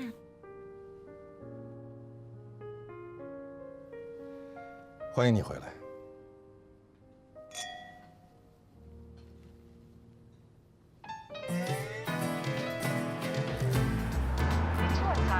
上午9点，关于房产分割的案子，党与当事人面谈。10点，大华公司的胡总和你商谈华瑞公司知识产权的问题。12点，清华的于总要谈进党股权处理的相关法律事宜。下午2点，你要审看英盛公司股权收购的合同条款。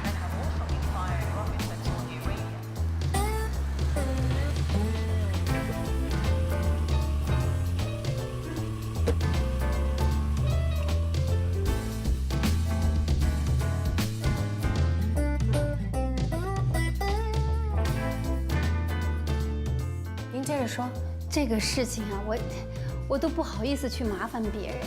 你说说看，你们这么大的一个律所吧，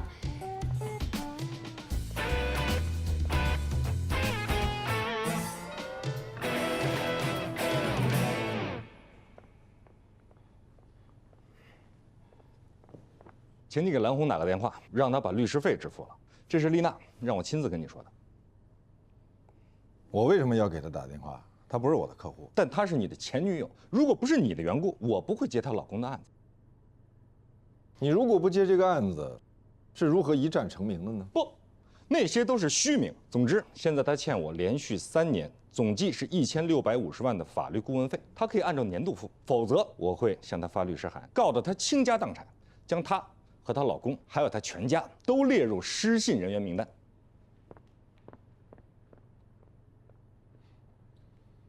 谢谢你啊。没关系，这个事情吧，我到时候还是要跟我的老师去说一下。那您先往这里走。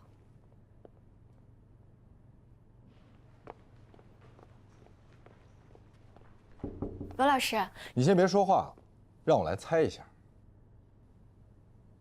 她结婚N年，相夫教子，没什么过错，但是丈夫不再爱她了，所以她怀疑自己的丈夫有小三儿，但是呢，又没有什么证据。而且，如果我没猜错的话，她丈夫应该已经很久很久没有回过家了。所以说呢，她想要离婚。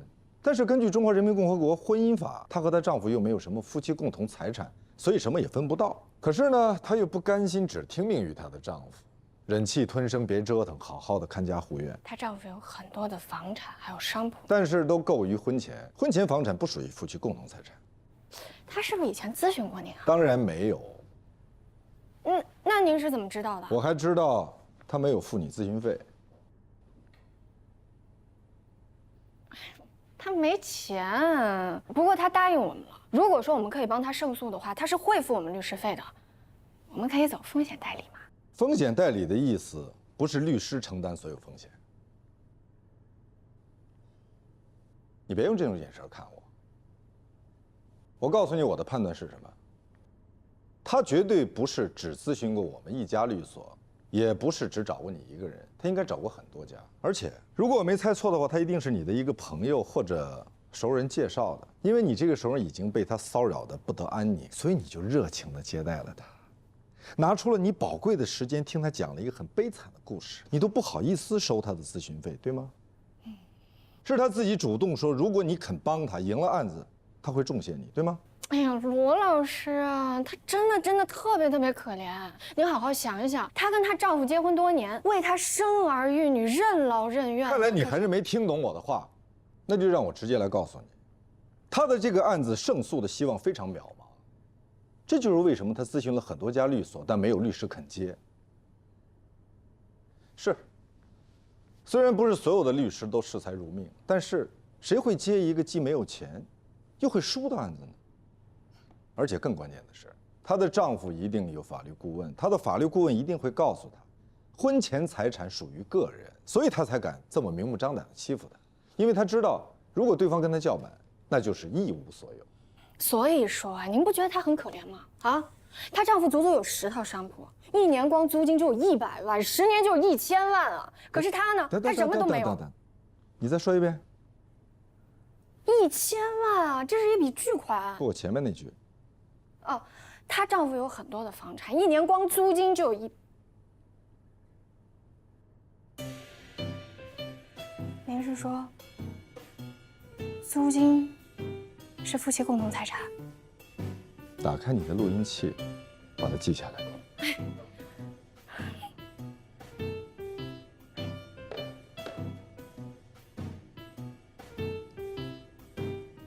我已经说完了，我是说把你自己理解了的录下来。啊，是这样啊，谢谢罗老师。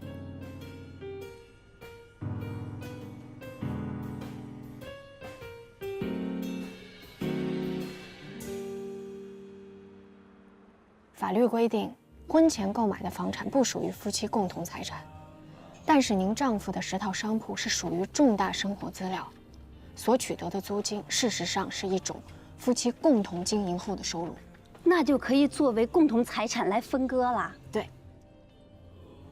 哇，太谢谢你了。那你觉得这案子能赢吗？不好意思，我先接个电话啊。喂，我一会儿给你回过来啊。好，拜拜。你男朋友？啊，那要不你先回去吧。没关系，没关系，我们继续。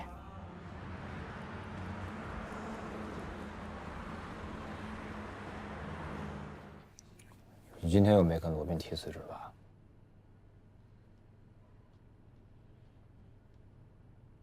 我想好了。你不想辞了？我是不想现在辞。为什么呀？你知道为什么？我不知道。我答应林家映了。谁是林家映啊？你知道他是谁？但是你为什么非要帮他呢？你们很熟吗？什么关系？朋友、亲人，还是你欠他人情啊？他求了好多人，他都已经快绝望了。他是死马当活马医才找到的我。我既然接了他的案子，我就不能让他失望。我没有办法拒绝他。怎么没有办法呀？你是罗宾的助理，你可以把事托给罗宾啊。那怎么可能嘛？为什么不可能啊？你要不想辞职，你就明明白白告诉我，你干嘛非要给我找那么多借口呢？你先说丽娜哦，遇到事儿了，你不好意思提辞职。现在好不容易等到丽娜这事儿过去了，又蹦出了一个8竿子打不着的林家映。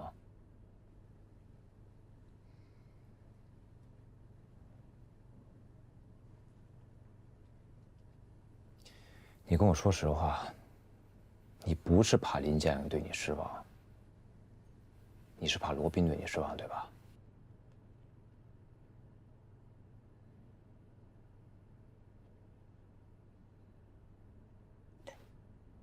明白了。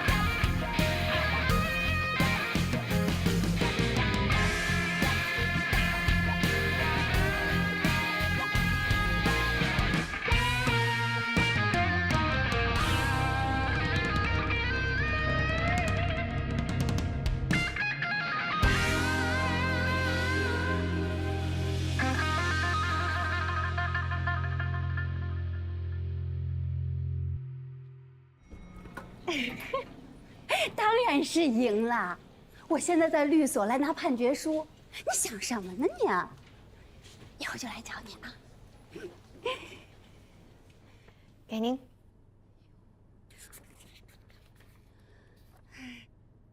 真是太谢谢你们了。客气，这是您应得的。我特意去给你们买了良品铺子，高端零食。你们呀，律师太辛苦了，一定要多吃点儿。谢谢。收下吧啊！啊，谢谢谢谢。哦，对了，那个律师费是多少钱呀？按照执行的10%。那是多少钱？500万的10%是50万。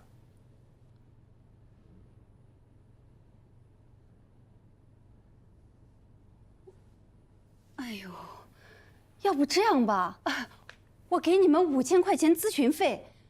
小戴，当时不是说好了吧，每个小时咨询费是3000块钱。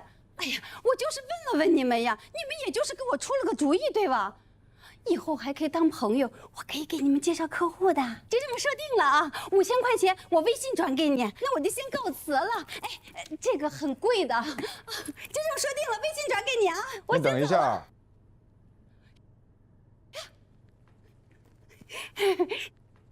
这个老重要了，再见，谢谢你们啊。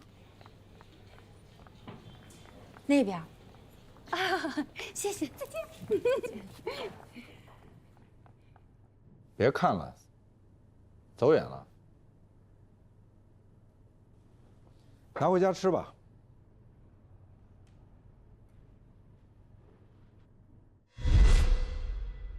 律所章程明文规定，晋升高级合伙人一个必须满足的条件，是原有合伙人同意。对，律所的章程还明文规定，如果原有的合伙人犯了重大的错误，对律所造成了重大的损失，律所的管委会主任有权提议对该名合伙人做出劝退的处理。你只是一个错别字，并没有给客户带来实质损失。罗宾是好样的，是他力挽狂澜，否则损失不可估量。事实是，并没有造成重大损失。事实上，是你犯了错误，差点错过了客户的诉讼时效。这个对于律所来说就是重大的错误。您是在暗示我，如果我不同意罗宾晋升为高级合伙人，您就要将我劝退。科学表明，人是唯一接受暗示的动物。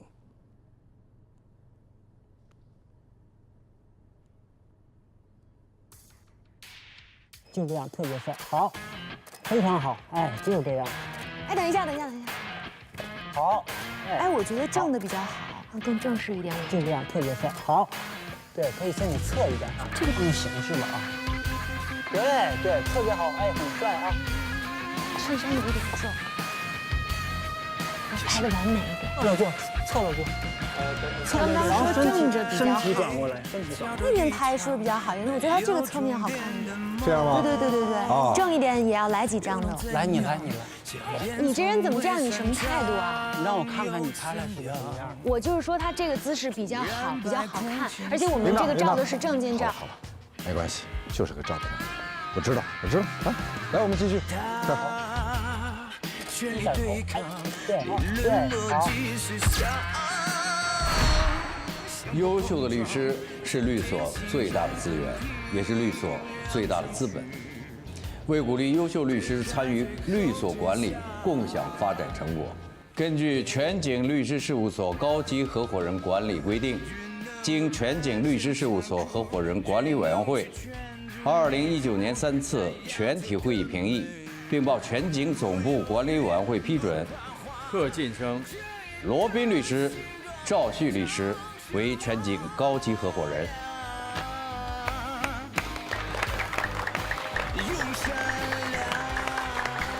好好干，别瞧我爸。是，还有很大进步空间。又来了。祝贺。谢谢。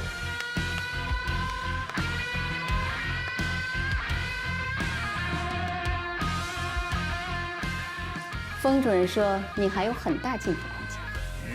回头会好好干的。每个灵魂都在各自生长。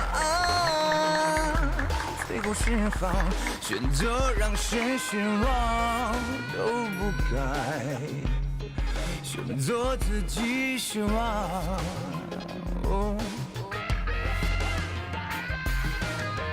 对真理无限渴望，对远的充满信仰，迎风迎才是较量，多疯狂，多倔强，这你的心转长什么模样？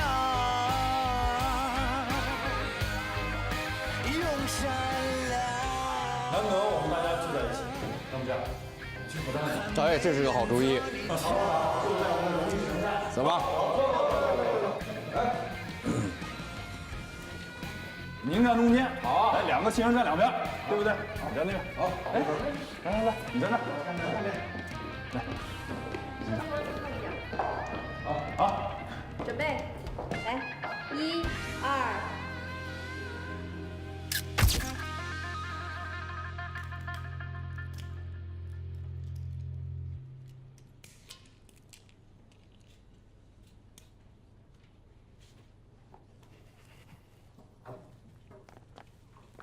你的办公室不在这儿啊？我是来找你的，早上来过一趟，你没在。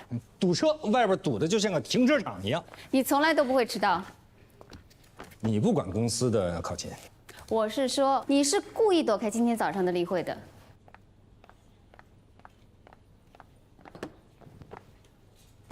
你到底想跟我说什么？你是不是想跟我说，你曾经给我机会，但是我没有珍惜，因为我反对跟你一起反对罗宾？我就是怕你误解我。事实上，我一直想让你成为公司的高级合伙人，但是封印更欣赏罗宾。我没有看到你更倾向于我。那是你没认真看。我认真的看了。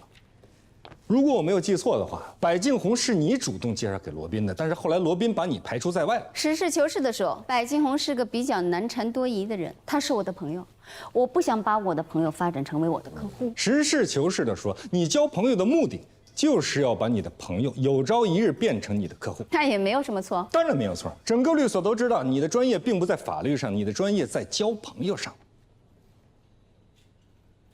你不能把你没有晋升为高级合伙人的怒火发泄到我的身上。你的理解太狭隘了。那你怎么理解？提百敬红这些陈芝麻烂谷子，不就是为了要刺激我吗？那是你的理解，我只不过是想提醒你。提醒我什么？提醒你当初就在向罗宾示好，否则你应该把我直接介绍给百敬红，而不是介绍罗宾。况且当时你就知道，我跟罗宾都在一起争取百敬红。你不清楚的是，百敬红她想找一个男朋友。我也是单身。你不会喜欢有钱又强势的女人。但是你没有给我这个选择的机会啊！你直接去找罗宾，而不是来找我。本来你可以跟我说，何塞，我认识一个富婆，你想不想去见一见？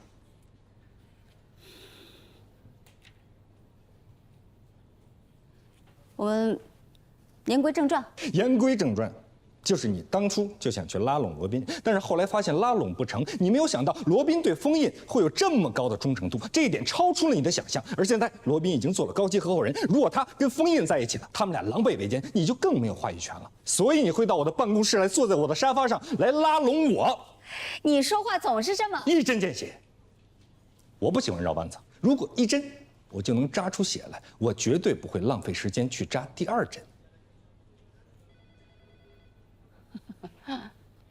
好，开门见山。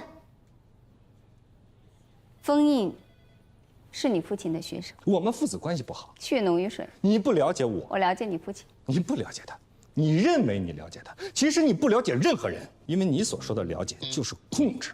你想控制所有的人，你没有试图去了解任何人，所以你现在会孑然一身，你不会去爱任何人，任何人也不会爱你。人和人之间除了爱与不爱，还有其他的关系。比如呢？比如尊重、欣赏、惺惺相惜。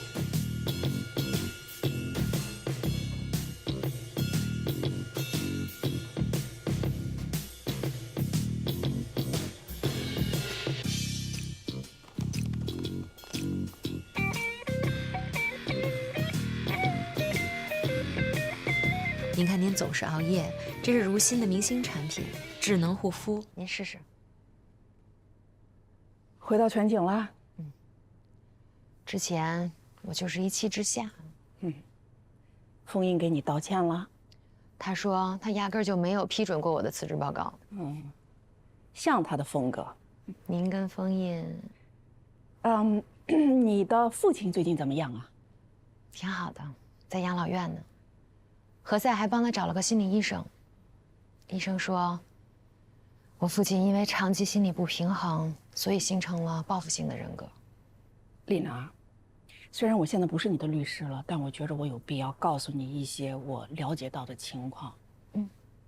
你父亲坐过牢，当年的案卷上写着因生活琐事与人打架，致人重伤。那件生活琐事就是有人喝多了，说你不是他的孩子。你父亲被判了刑，怕对你影响不好，就和你妈妈离了婚。他刑满出狱之后，到处找你们，可你妈妈给你改了名，背井离乡。他找了好久，所以按道理上来说，也不算是他遗弃了你们。他从来没跟我说过这些。谢谢您。不客气。我们律师其实最不愿意打亲人之间的官司了，能看到你和你父亲和解，真的是最高兴的。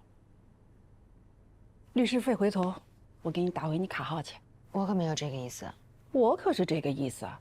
您要给我退回来，咱们就谁也不认识谁了。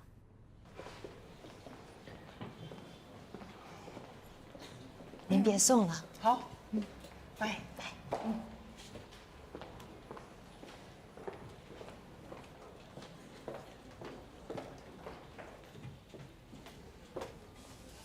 稍等。啊，好巧啊！去我们律所啊？我下楼买点东西。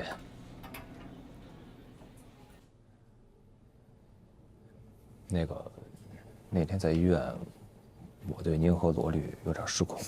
可以理解。你们打算什么时候公开啊？还想瞒着我？没有，我们是想公开的，但是公开了，黛西就得离开全景了。哦，对了，我忘了，我们是竞争对手。哎，也可以是你离开龙科呀。啊。放心吧，我不会跟佳敏姐说的，谁也不说。谢谢，谢谢您。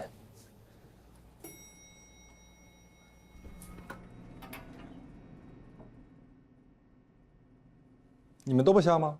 我下。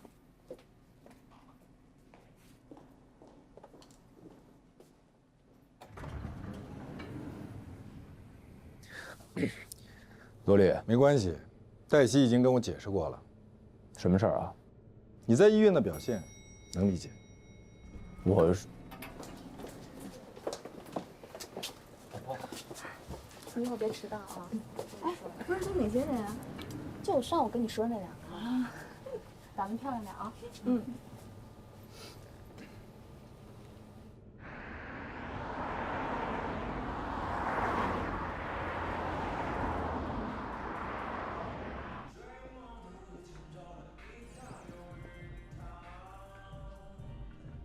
我不明白你为什么这么着急要这个并购案。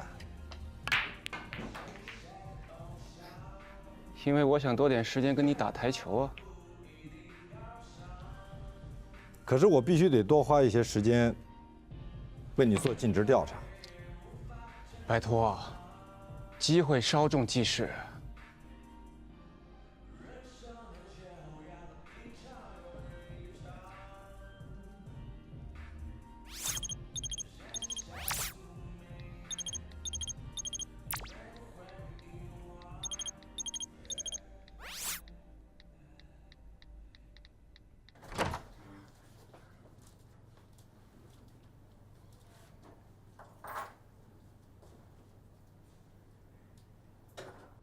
哒哒哒哒哒哒 ！Happy birthday！ 今天是我的生日，忘了吧？我一猜你就忘了。白飞，你不能发完了脾气，说完了难听的话，你就假装什么事情都没有发生过。好了好了好了，对不起对不起，我知道错了啊，原谅我。我接个电话。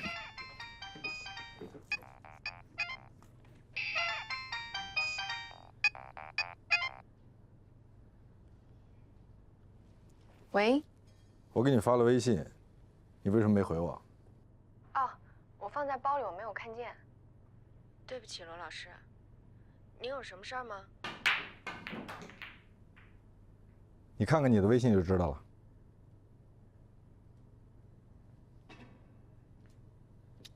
进了吗？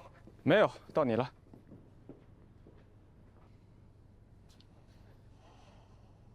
难道给他当助理，比跟我结婚还重要吗？万飞，咱俩别吵了，行不行？我还要回所里呢。别，咱们说清楚，你舍不得什么？我舍不得律所，我舍不得工作，我舍不得我的同事。你干嘛不说你舍不得罗宾啊？是，我最舍不得的就是他。我跟他在一起工作，我特别有成就感，这种成就感我从来就没有体会过。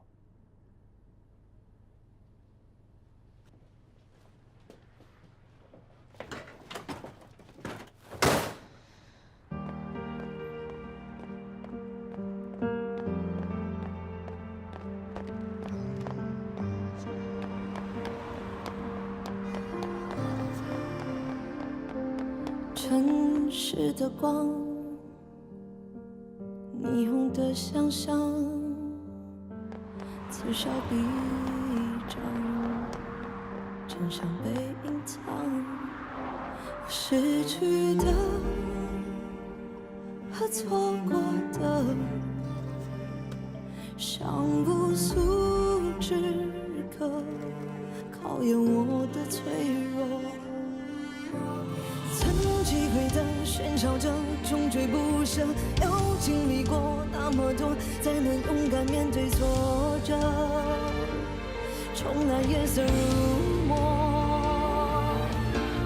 我用力过每一刻都有快乐，我还是我，把伤痛写成一首热烈的歌，绚烂的歌。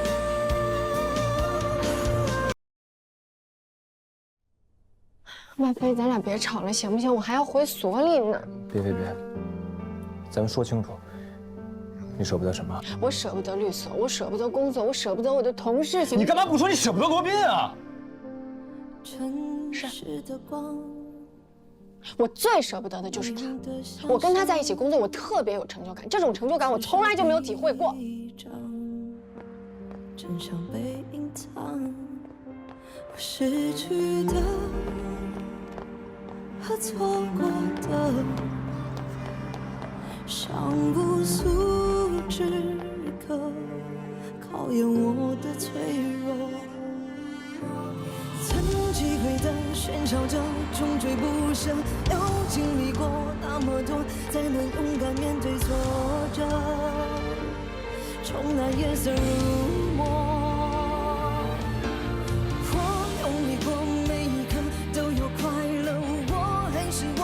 伤痛写成一首热烈的歌，绚烂的歌，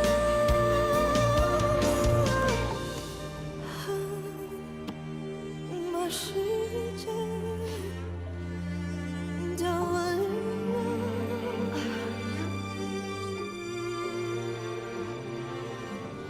曾击溃的喧嚣着，终追不舍，又经历过这么多，才不枉费一遭活过，留下一笔浓墨。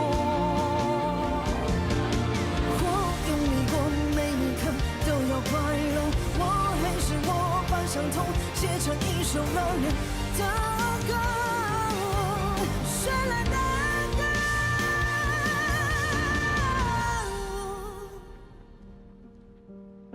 我的歌，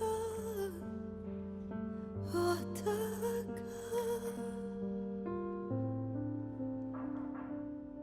罗宾老师，你回家休息吧。我没事儿。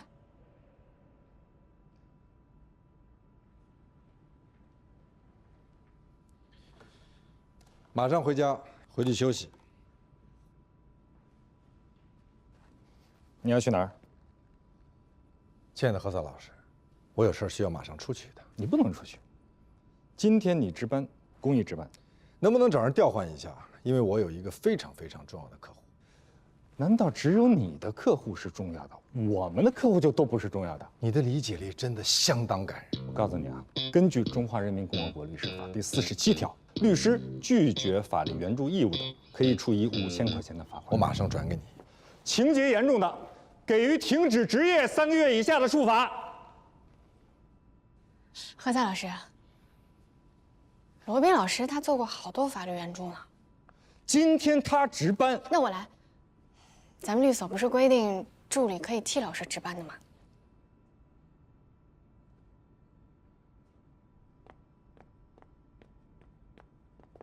吕总，哟，王总，你好，你好，久等了。哎，来给你介绍一下，这位是罗宾律师。幸会，幸会。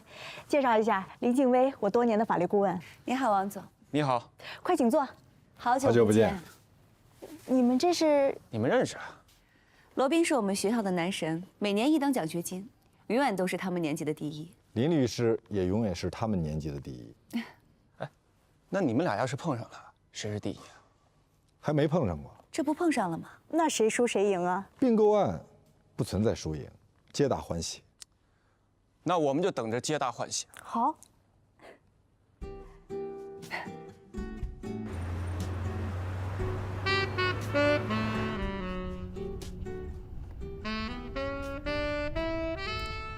谢谢你送我。应该的。你什么时候做好初步建议书啊？我已经做好了。在哪儿？电脑里。让我看看。等你做好你的。我已经做好了。在哪里？在这里。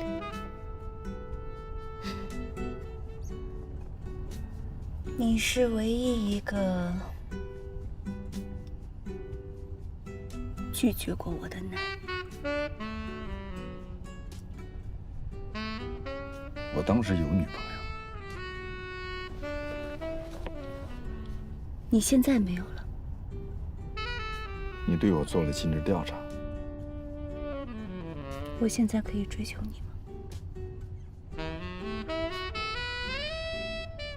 我有一个底线。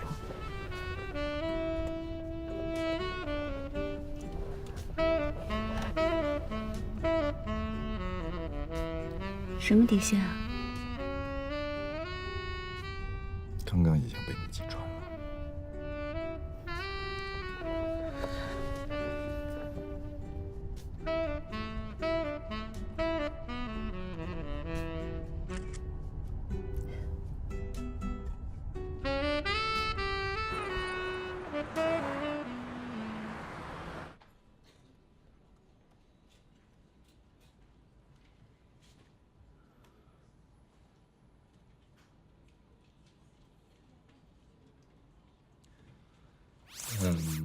我今天一直在律所。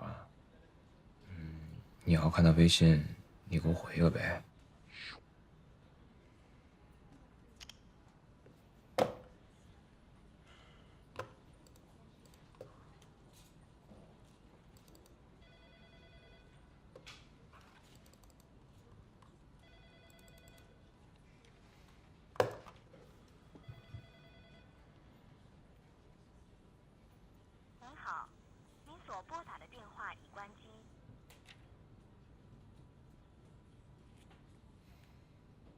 我现在住这个房子吧，是我爸单位分的福利房。我爸去世以后呢，是我和我媳妇儿还有我妈，我们一起生活。到这个80几年的时候，这房子能买了，我妈就和大家一起商量说，买下来。我当时属于工龄比较少，用的是我哥的工龄。这房款3.8万是我出的，属于这个成本价购买。这事儿呢是让我大姐去办的，我大姐呢就以我哥的名义交的这个房款，这房本也在我大姐那放着，我稀里糊涂就不知道这房本上它不是我的名字。您说完了啊？从法律的角度讲啊，这个判决没有什么问题。按照物权法，这房子呢归您哥哥，他想要出卖不存在任何问题。你这么说话就不对了。我们那时候兄弟姐妹感情还特别和睦。我妈说房子是我的，谁也没反对意见啊。我也不知道那个本上的名字不是我的。后来我妈这突然也去世了，谁也没提这房子的事儿。您可以选择重新起诉啊，他们起诉您归还，您可以起诉他们析产啊。我能重新起诉吗？起诉是什么产？析产。析产。不要动不动的就建议别人重新起诉啊！诉讼有风险，你承担吗？不是，何塞老师是这样的，陆先生的房子是属于原始的父母福利分房啊，再加上陆先生他也有出资啊，所以说如果房子都归哥哥所有的话，是有失公平的。造成今天的局面，您也是有错误的。我也有错？怠于主张自己的权利，是什么意思啊？你看，您母亲在世的时候，大家都认为您出资、您居住，产权归您。当时为什么不写一个家庭协议呢？我当时不没想到这个吗？您刚才说那个重新起诉，那我该怎么弄啊？他是助理，他没有经验，你下班吧啊。好，何塞老师再见。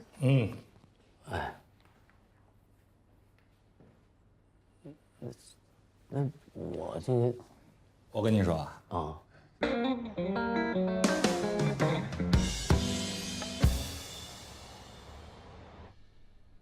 我给你打了1天电话，你没接。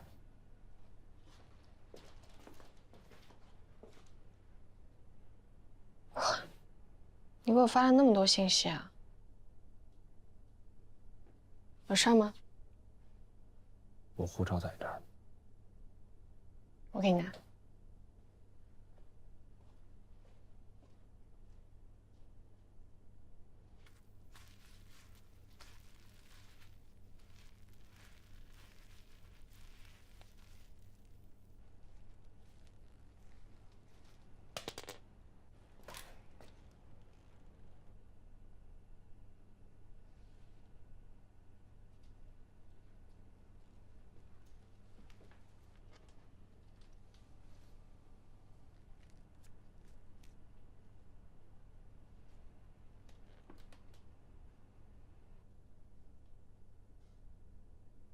留着吧，给你买的，毕竟爱过。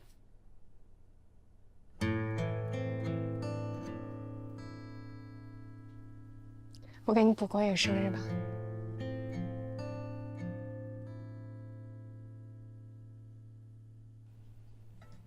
莫愁前路无知己。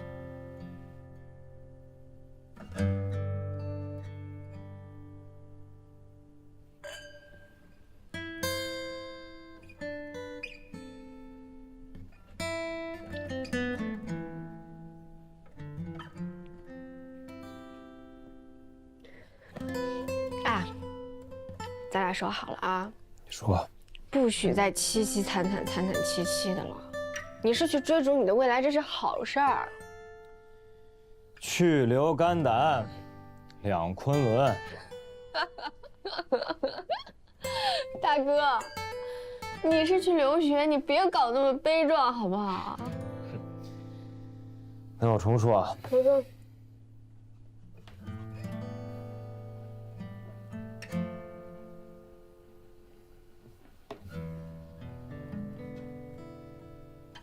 还内存之情。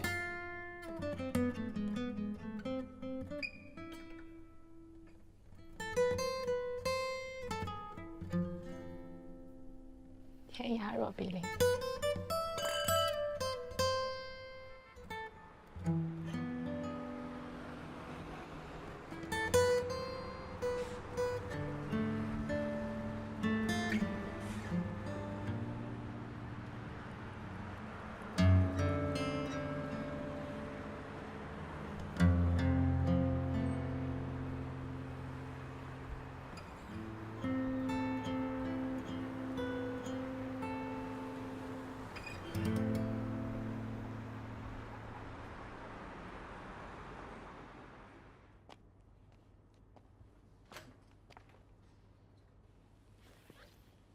您的快递，麻烦签收一下。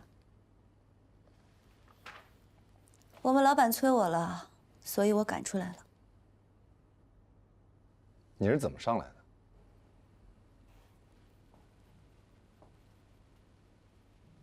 我告诉保安，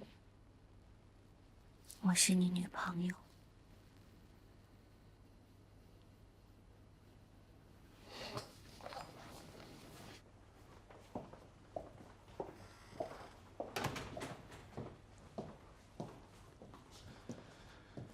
你们那位吕家老板，难道说就等不到天亮吗？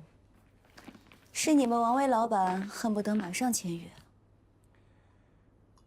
可是尽职调查，不可能一夜就做出来。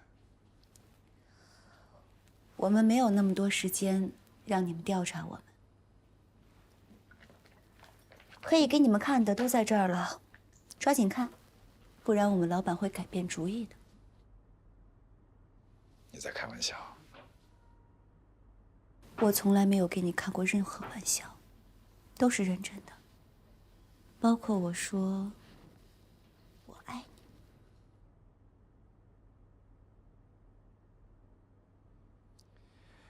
如果说你没有在跟我开玩笑，很遗憾，我们这2个协议很难达成。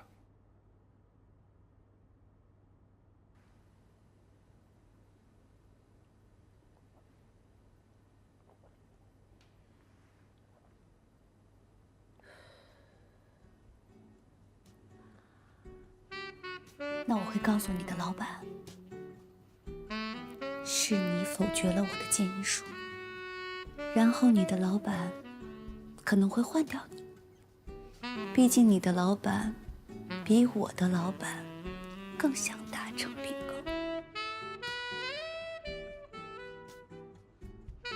那我也会让所有人都知道，是因为你不给我们提供你们内部的财务数据。账目报表。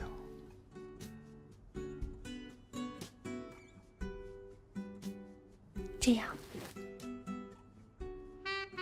你给我看你们的，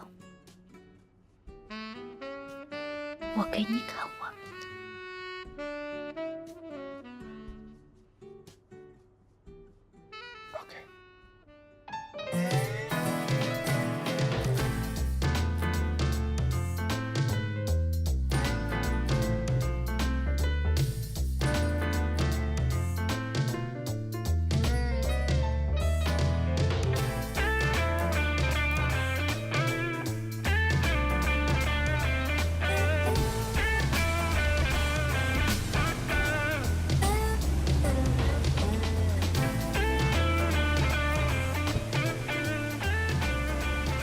对，他让步了，由你来主导大局，已经在过合同了。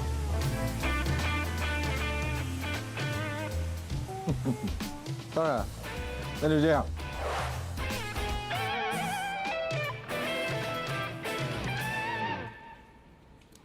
遇到什么事儿了？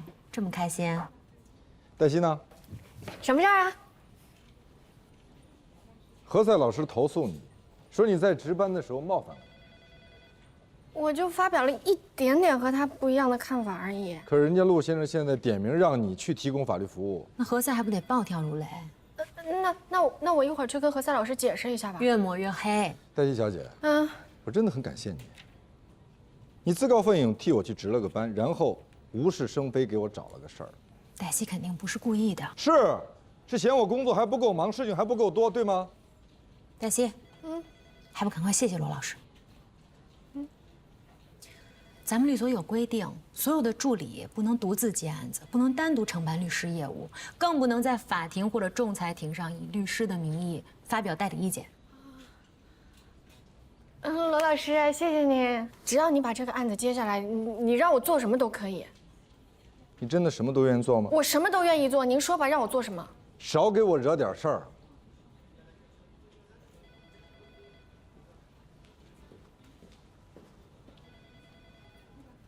所以他是答应还是没答应啊？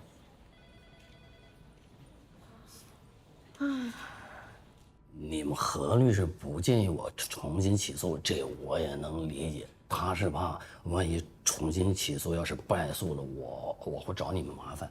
我不会，绝对不会。这样，你先固定一下你2位姐姐的证人证言。我二姐在国外呢，那就先固定你大姐的，毕竟你大姐是经手人。对对对，就是我大姐去办的这个事儿嘛。她其实特别后悔，她当时就是随手在那个上面，就写了我哥的名字。另外，你大姐年岁有点大了，你最好去把她的证人证言做一个公证。怎么做呢？黛西，你陪着去一趟。好嘞。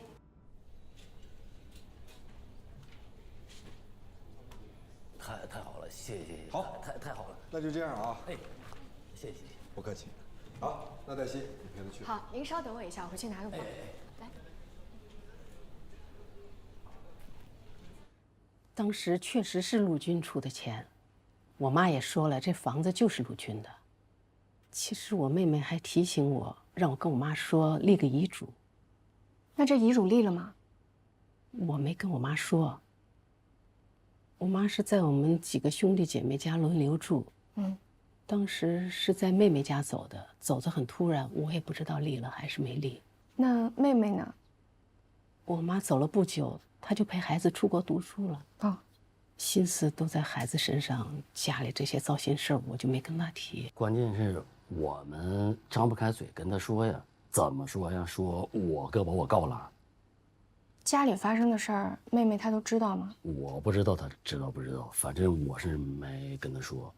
我找机会跟她说说，让她也劝劝大哥。哎呀，算了吧，大姐，跟她说，她不也跟着烦吗？也不是啥光彩事儿。大哥卖房子的事儿，你们是怎么知道的呀？不知道吗？怎么人家上我们家看房子来了才知道。完了，我说这房子是我的，人家就不敢买了。然后我大哥就上法院把我起诉了嘛，这不是让我归还房产吗？为这事儿啊，我去过大哥家，我们就在一个院住着。我跟他说：“你把陆军赶出去，你让他住哪儿啊？你就不怕妈在天之灵找你吗？”你们说的这个情况，法官他都知道吗？不知道吧？开庭的时候我气病了，我没出庭。那您有没有把这个情况跟法官说明白呀？哎呀，其实我当时要是请个律师就好了。到了法庭上，我这一紧张，要说啥全忘了，让我哥给气得我直哆嗦都。谢谢啊，慢点啊，好，再见，拜拜，拜拜。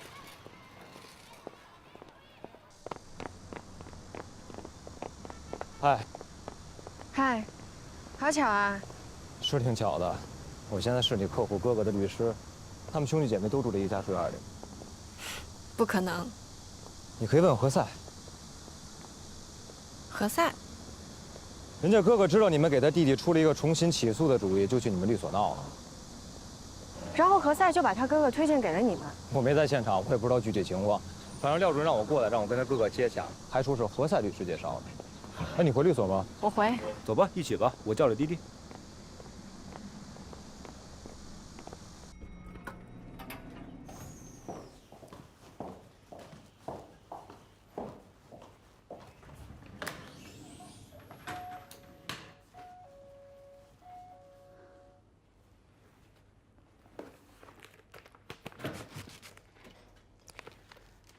他答应了你所有条件，就差几个签名了。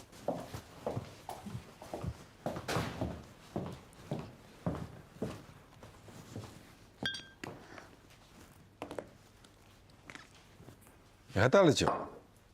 庆祝怎么能没有酒呢？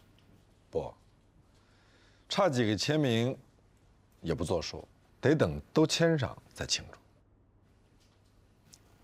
你一直一个人住啊？你不是做过尽职调查吗？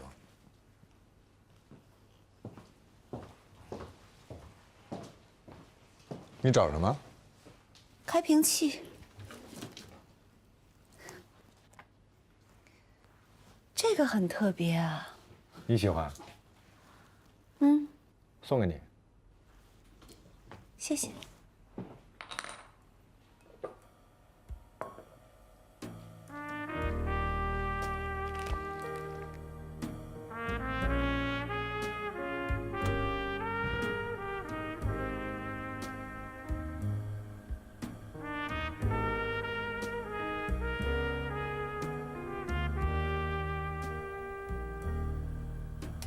我第一次见你的时候，就知道终有一天你会爱上我。只是那个时候，你自己还不知道。那个时候你还是一个小姑娘。自古英雄出少女。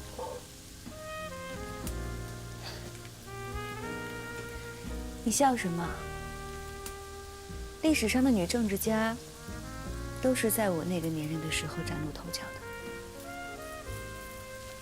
你所指的历史上的女政治家，是指武媚娘，还是芈月甄嬛？你在嘲笑我电视剧看多了？不，我是觉得，你觉得这酒不好喝？不，我是觉得你对我有所隐瞒。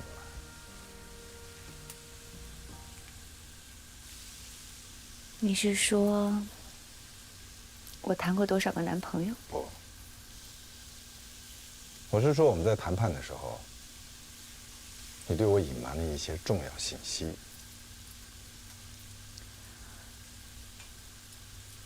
我总算知道你为什么这么多年都一个人住了。那么你究竟对我隐瞒了什么呢？你太疑神疑鬼了。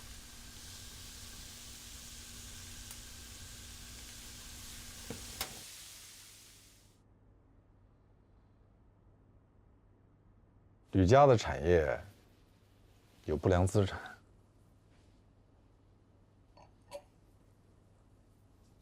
我不可以告诉你必须告诉我，到底有什么？真扫兴。那是我的手机，那也是我的。你送给我了。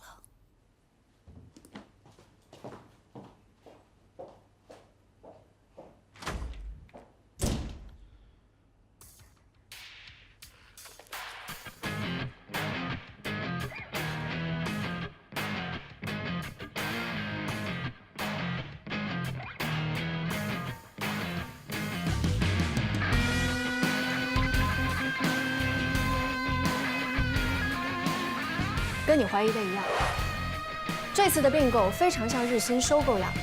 亚博的净资产只有8700万，但是他们给出的利润承诺分别是3000万、5000万、8000万、1.4个亿。上市公司根据这样的利润承诺，开出了20个亿的市场估值，但是亚博一直没有达到。他们子公司的高管害怕背负责任，就一直在找理由和母公司进行谈判。太过分了。吕家他们做了一个很好的包装，弄了一个很新的概念，跟咱们的客户说了一个他听不懂，但是却很好听的故事。然后他们说，你们再买就没机会了，我就卖给别人，对吗？您怎么知道啊？因为我交给过他。您教的可真好。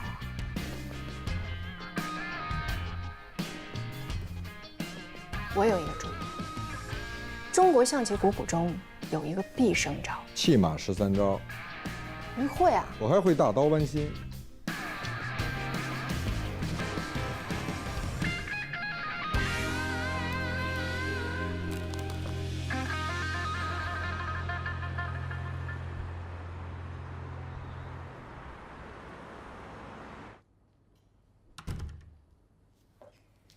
用突然袭击的方式，来表达你对我的爱意。其实我是来要回我的红酒塞的。法律规定，赠与物已经交付的，不可以随便撤销。不好意思，在我的职业生涯里，我从来没有犯过这种错误。你应该说，在你的职业生涯里，你从来没有犯过任何错误。我做过尽职调查，你从来都没输过。我研究了一下你的榜样。谁？那些通过男人获得胜利的女人。她们之所以胜利，并不是因为她们聪明，而是因为她们把自己当成了武器，她们摸准了男人的弱点。我是真的爱你，只是有一点你接受不了，我可能比你强，虽然你也很强。我崇拜所有比我强的人，不管他是男人还是女人。但是你不会爱上一个比你强的女人，是吗？我只是不能接受一个不择手段取得胜利的女人。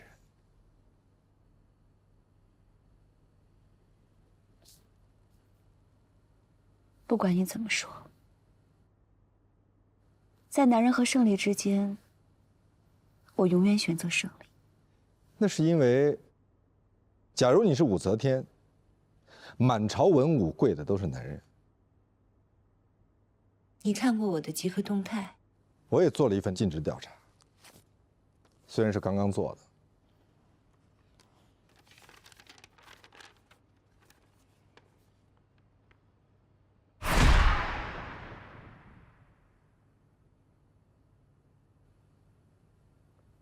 你开玩笑？我在笑吗？王威疯了吗？业内都已经知道了，现在停止收购，这对王威意味着什么？你知道吗？别人会以为他有问题，他的股票会狂跌。你完全低估了我们俩之间的关系。他虽然不太懂并购，也不太懂法律，而且容易冲动，但是，他有一个优点，他信任我。但你的客户对你，就未必有这种信任，对吗？所以说，如果你搞砸了，求你了，罗宾。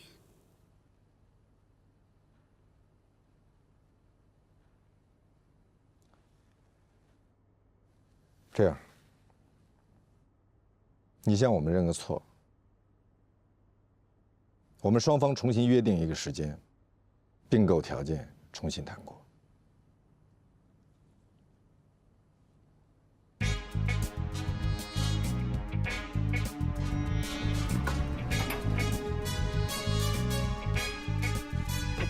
谢谢。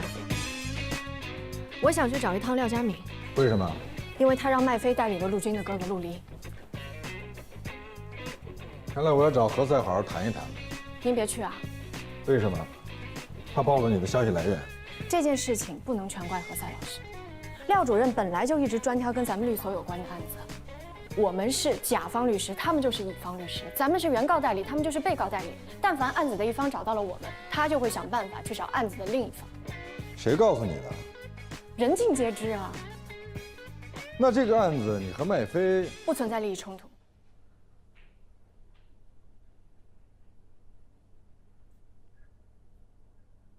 我们分手了。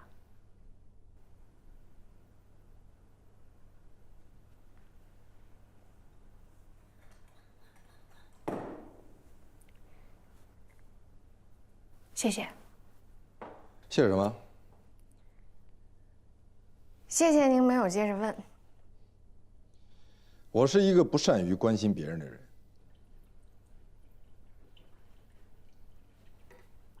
丽娜姐说，您是一个害怕建立亲密关系的人。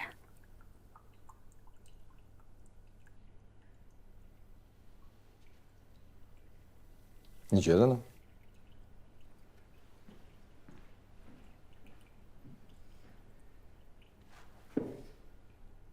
罗宾怎么会接这种案子？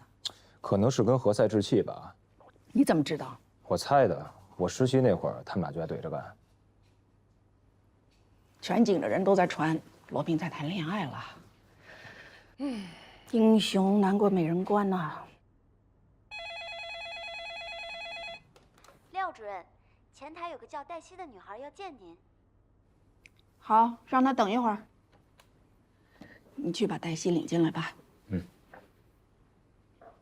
廖主任，我就是特意过来跟您聊案子的。和我？我没有时间。那您什么时候会有时间呢？等罗宾什么时候有时间了，再和我来约。罗宾律师就是特意让我先过来跟您沟通一下的。那你去和罗宾说，我不会和你谈，我只会和他谈。对不起，廖主任，我恐怕不会把您的这句话传达给罗宾律师的。随便你。那既然是这样的话，那我看来就只能直接去和陆军的哥哥陆离聊了。我会告诉他，因为您这儿不配合我们，所以他不得不走法律程序。哦，我还会告诉他，西产案的法律程序可不是1天2天就能解决的，需要1年2年，有的甚至是好多年。可是据我所知，他现在应该正急于用钱才对吧？哼。啊，和麦飞去聊啊。廖主任，我今天是刻意过来跟您聊的。这很公平。我们去会议室吧，这边请。我了解罗宾，他是我师哥，我们在学校一起做过模拟并购案。行了，我想听听你师哥的律师意见。王伟总不仅是我的客户，也是我的好朋友，所以说我很明确的说，他想要的就是合并，而他当初所被你打动的，也是合并后的一个愿景。对。当然，造成今天的局面，也并不全是林静薇的责任。他是你的律师，想为你争取更大的利益。是的，为自己的委托人争取最大的权益是律师的责任。但对我而言，最大的权益是共赢，而不是说让一家公司名誉扫地，另一家公司想套现走人。王总，对不起。我们还是朋友。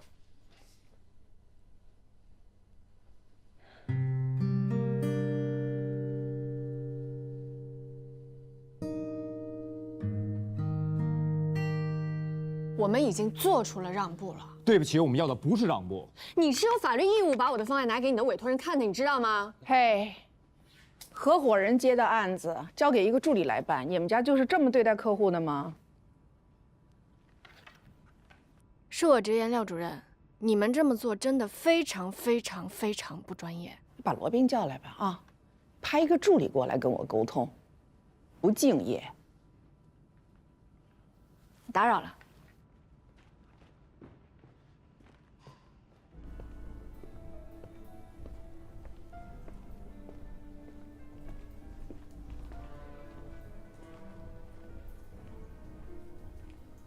Litsky，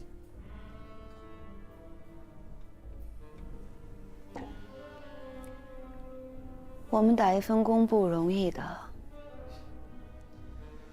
你别装可怜了，你是亚洲商业法律杰出女律师，拿奖拿到手软。我猜你家一定有一间屋子，专门用来装你从世界各地领来的各种奖杯，而且是你害得我差点掉进一个大坑里。啊不是差点，是让我已经掉进了那个坑里。只不过刚巧，你用来砸我的石头有点大，让我垫着爬出来。我刚刚失去工作，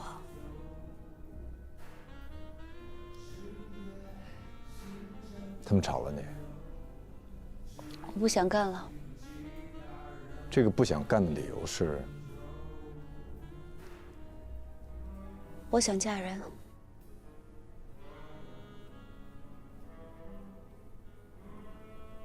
别担心，我不是在逼你娶我。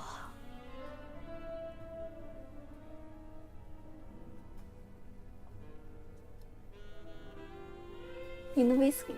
谢谢。有一个男人，他追了我很久，我一直都没有答应他。他各方面都很优秀，而且对我很好。但是我一直认为你会爱上我。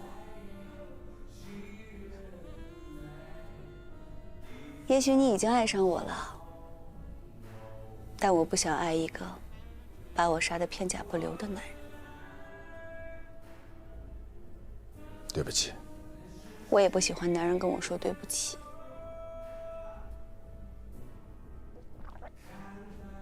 我要结婚了，别忘了给我包红包。好。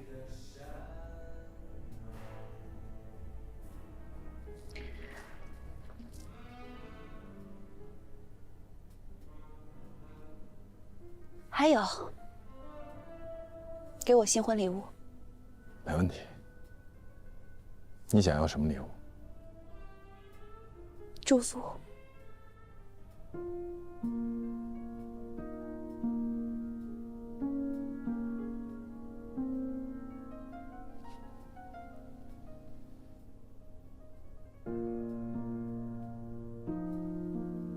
新婚快乐，祝你幸福。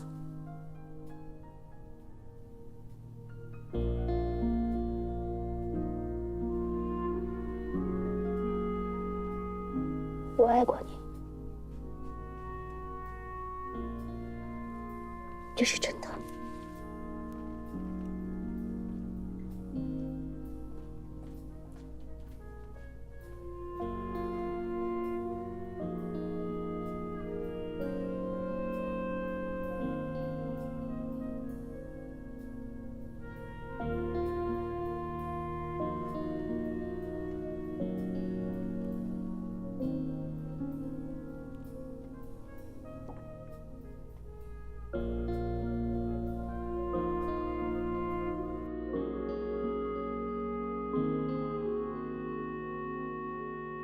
早上好。何塞老师找你。哦。怎么了？你好像被人投诉了。投诉？嗯。投诉我什么？客户说你把他的底牌让对方知道了。是，我是让对方知道了我们的底牌，可与此同时，我也知道他们的底牌啊。黛西。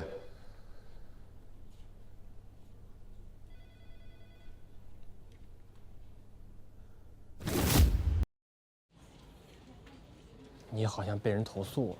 投诉？嗯。投诉我什么？客户说你把他的底牌让对方知道了。是，我是让对方知道了我们的底牌，可与此同时，我也知道他们的底牌啊。黛西。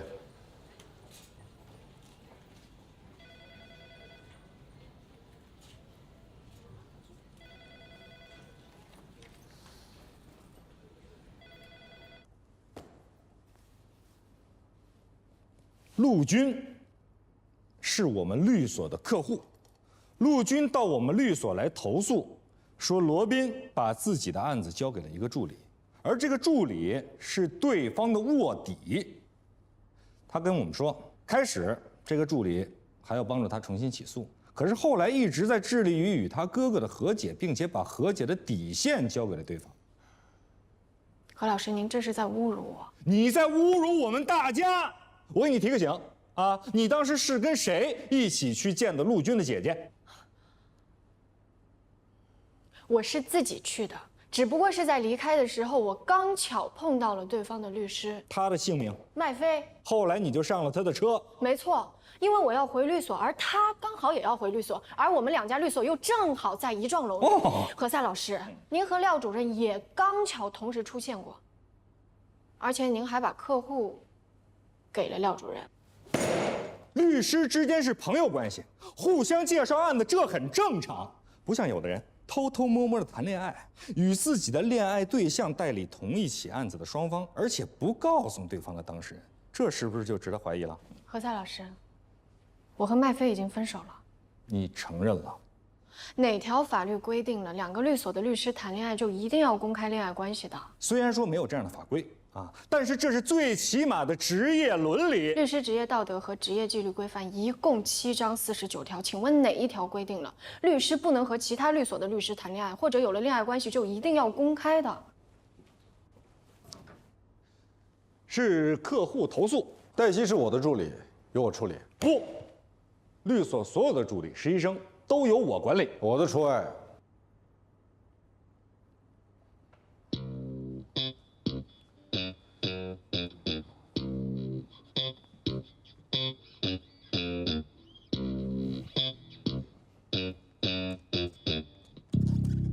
我真的没想到陆军竟然会投诉我。你为什么没想到？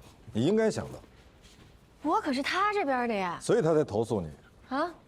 他跟你说他可以给他哥哥补一些钱，但只要他哥哥不要卖掉房子，这是他的底线。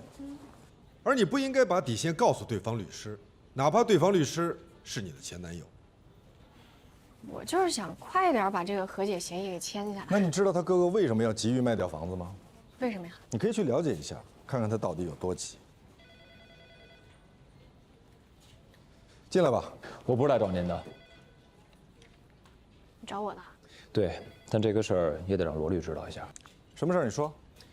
我的当事人陆离和我说了一下他现在的态度，他并不着急卖房，也不着急用钱。你们想谈就谈，想打就打，反正别想趁火打劫，逼着他谈和解。我能和我前女友出去吃个饭吗？不能。对不起，我不能和你出去吃饭。我不想再让我的客户投诉我了。去吧，他不只是你的前男友，也是对方当事人的代理律师。这个案子还是我们廖主任负责。我要去留学了。听到没有？重点是要去留学了。用餐愉快。你找我有事儿？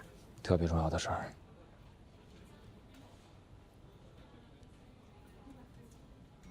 哎，林大姐。哎，林大姐。有个事儿啊，刚才你的那个客户的姐姐打电话来找你，总机接错了，给接到我这儿来了。啊，她说啊，有遗嘱，在妹妹那儿，房子是她弟弟的。哎，那她妹妹为什么一直都不拿出来呀？说是她妈妈走得比较突然，办完后事之后，妹妹就带着孩子出国了，把这事儿给忘了。当时其实也没有人提这个遗产的事情，因为老人没有什么遗产，就这么一个房子，大家默认这个就是给弟弟的。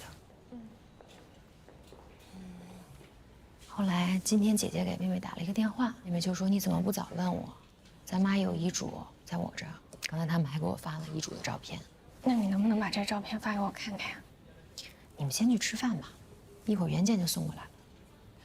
罗宾老师他知道这事儿了没有？我想等原件送过来再跟罗宾说，你也先别跟别人说，也别跟你们客户说。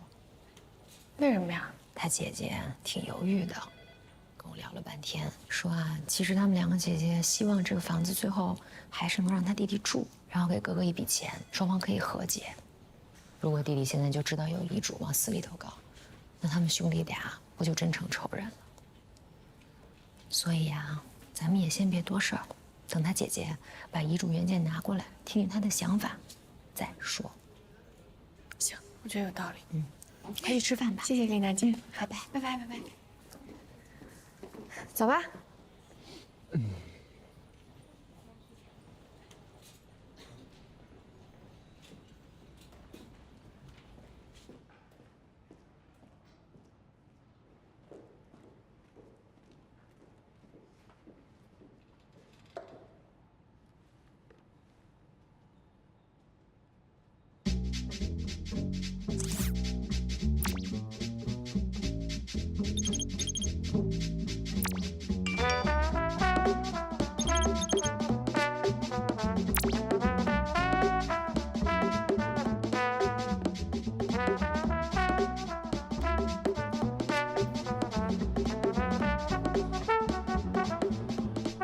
您好，您的餐请慢用。谢谢。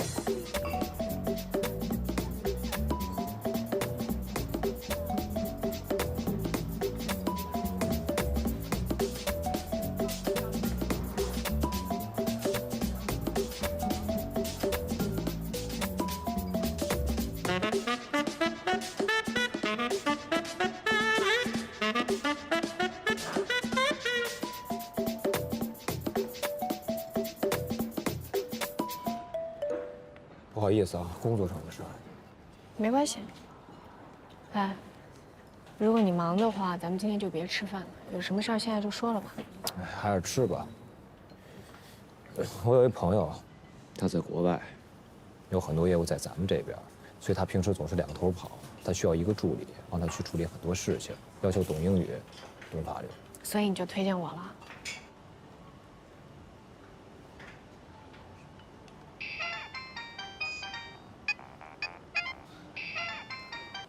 喂，罗宾老师。刚才廖佳敏来电话说，他希望双方能够尽快签署和解协议。他说这次应该让双方都会比较满意。真的？你赶快回来吧。哦，好的，好的，好的。我先走一趟了啊。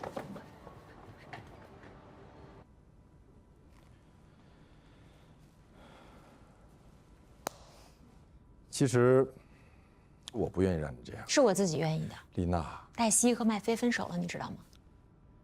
我知道，他们俩还会和好的。这不是你我该关心的话题。他俩其实并不合适，不合适还在一起才叫感情。你懂感情吗？我不懂。林静薇，我知道，他要结婚了。他其实爱的人是你。你这样说不好，缺乏事实依据。他来找过我，问你有没有女朋友，是不是单身，住在哪儿，是不是一个人住。你就和盘托出。我跟他说了，你们两个不合适。他不信。他跟我说，合适在一起不叫感情，不合适在一起才叫感情。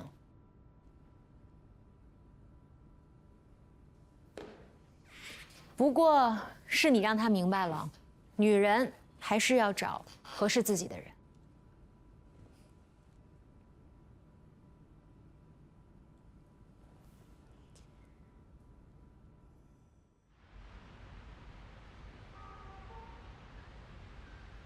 你们怎么突然就想要签了？我们廖主任也做了很多工作，既然陆军愿意给补偿，那就和解呗，毕竟他们是兄弟啊。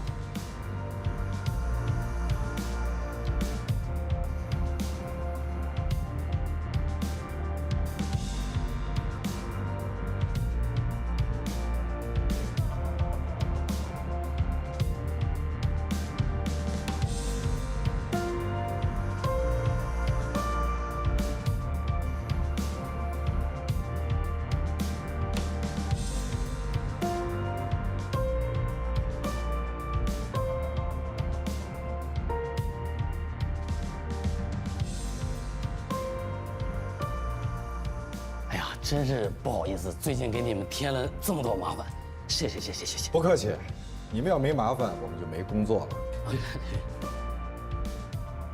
罗律师都跟我说了，我实在不应该怀疑你，抱歉。谢谢您了，廖主任。谢谢麦律师。哎呦，我们应该谢谢。那我送您出去。哎，走。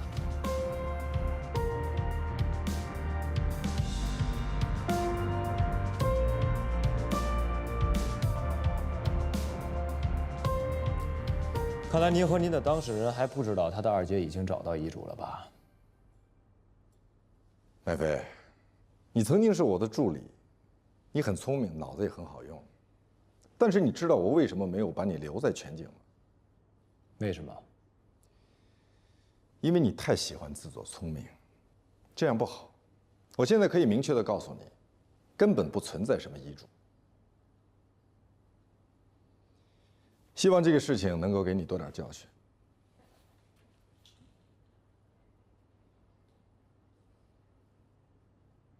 这样最好，兄弟之间嘛，哥，你要是需要钱，你就直接跟我说，你别不好意思，咱兄弟不存在。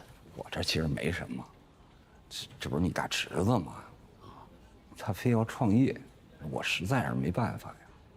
哎，不过他跟我说了啊，你这个钱算投资，哎，你是他股东，哎，咱们怎么说都成，哥。哎，这边。哎。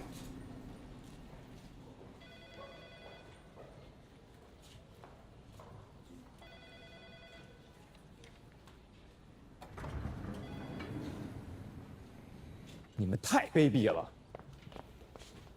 你说什么呢？你跟罗宾算计我，你们根本没有遗嘱。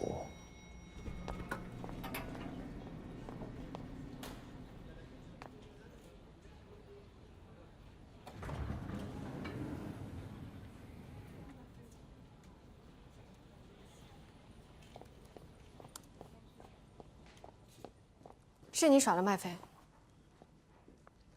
是他自作聪明，是你误导他，你让他误以为有遗嘱。我并没有说谁有遗嘱，我说了是他自作聪明。您这样做真的很不光彩。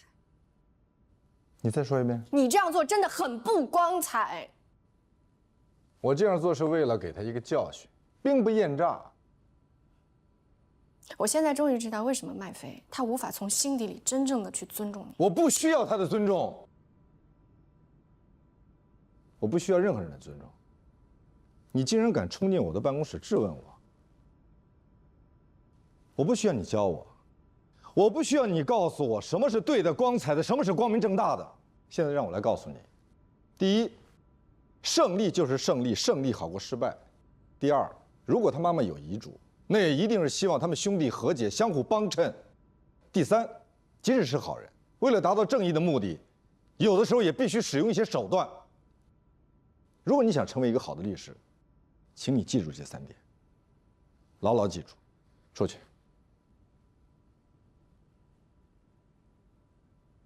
出去！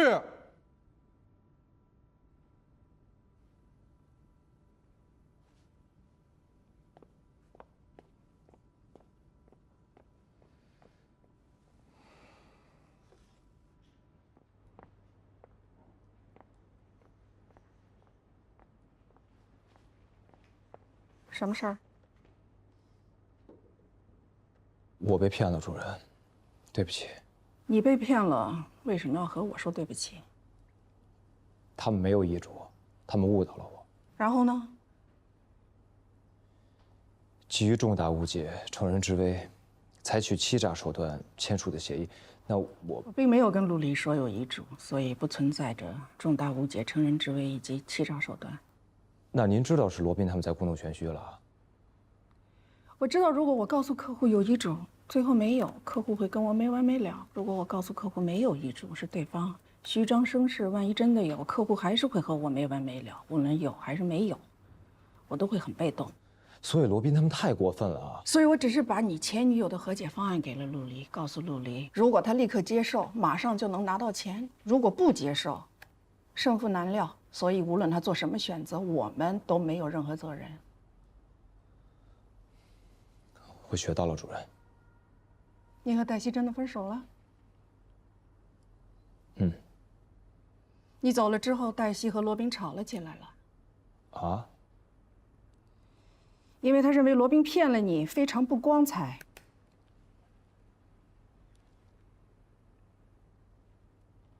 我可以接受你被人骗，被客户投诉，但我不能接受你欺骗我，耍小聪明。我没有，主任，我们真的分手了，真的。重点不是分手不分手，重点是要诚实。我记住了。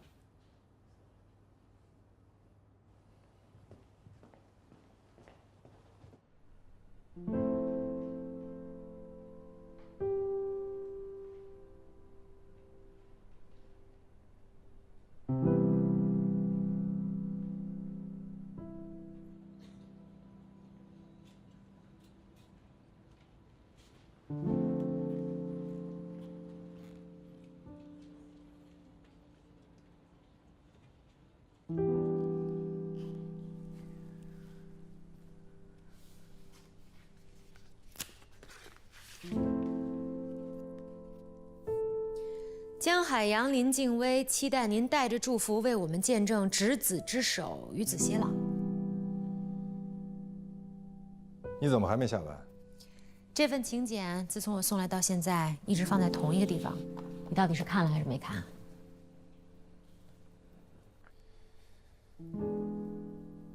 有一件事儿，我不知道怎么跟你说。想让我假扮成你女友，手牵手一起参加婚礼。丽娜，你是不是想说，我不应该误导麦飞，编出一个遗嘱来？可是效果很好啊。效果是很好，可是你是想说不光彩，还是因为黛西说了不光彩，所以你觉得确实不光彩？你别多想。我没多想，你从来不是一个按常理出牌的人，也不在乎别人的看法。是，我确实从来不在意任何人对我的看法，我也经常遭人非议，说我不光彩，但我并不放在心上。为什么现在放在心上啦？我在反思我自己。反思的结果呢？从今以后洗心革面，不再关心输赢，只关心粮食和蔬菜。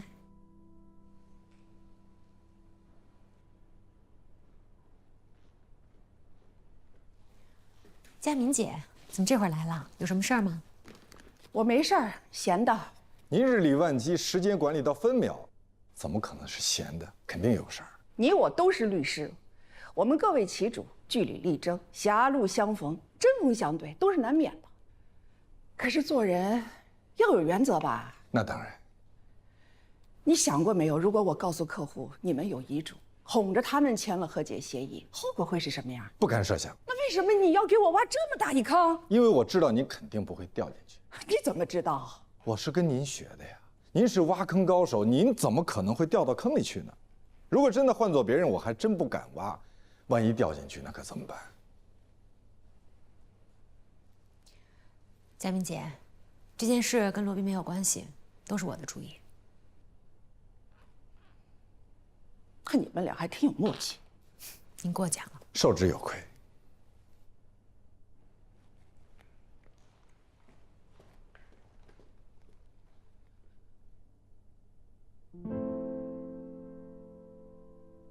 收拾一下东西，下班吧。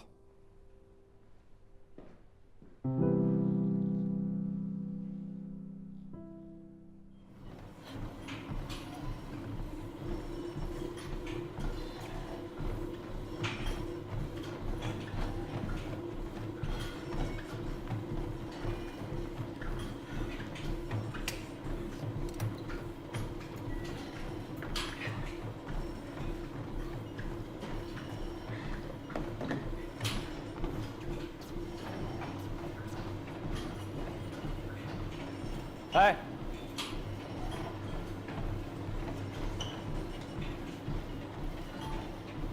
你找我什么事儿啊？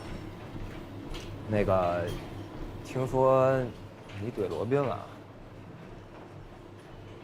是，不过你不要误会，我怼他可不是为了你，咱俩已经分手了。不管为了谁，那在全景敢怼罗宾的不多，你算是创造了一个记录。什么记录？在你之前，那从来没有律师助理、实习律师敢怼老师的呀。你也没有怼过吗？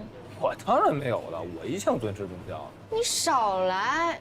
你在我面前可没少说罗宾的坏话了。是，无爱无师，但无更爱真理。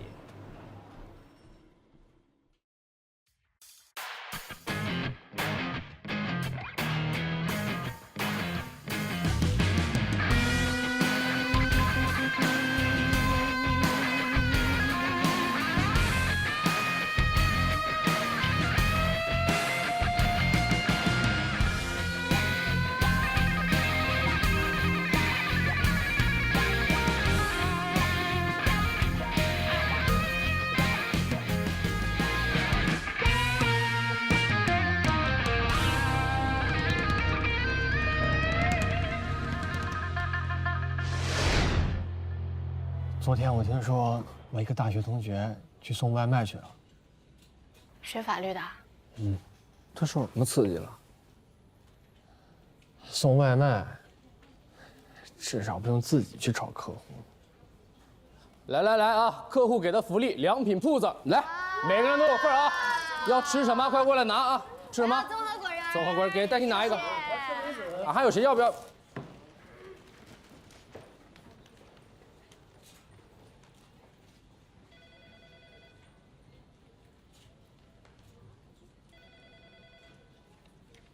哎，我觉得你的何塞师兄今天脸色不太好。只要高级合伙人开会，何塞师兄的脸色肯定不太好。如果现在有一盏阿拉丁神灯摆在我的面前，你就许愿，律所的高级合伙人永远都别开会。不会许愿，让何塞立即晋升为高级合伙人。你都有阿拉丁神灯了，你为什么不许大一点的愿啊？对啊，你比如世界和平，再也没有不公平和非正义。那咱们就失业了。你许一个稍微大那么一丁点的愿望也行。比如，坐在封印位置上的人是你。我们的律所总榜排列第一，客户的胜诉率也同样是第一，但是好评率排第二。那是因为有的人对客户太强硬。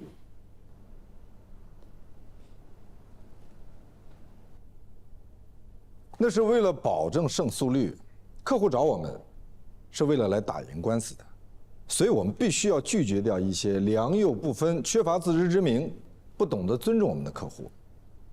我们必须要让来找我们以及准备来找我们的客户知道，我们全景律所不是所有的案件都会接，也不是说你有钱就一定能够成为我们的客户，而高胜诉率也由此产生。律师实际上属于服务行业，对于有一些明知道要输的官司，你只要跟客户说清楚，客户是可以接受输的。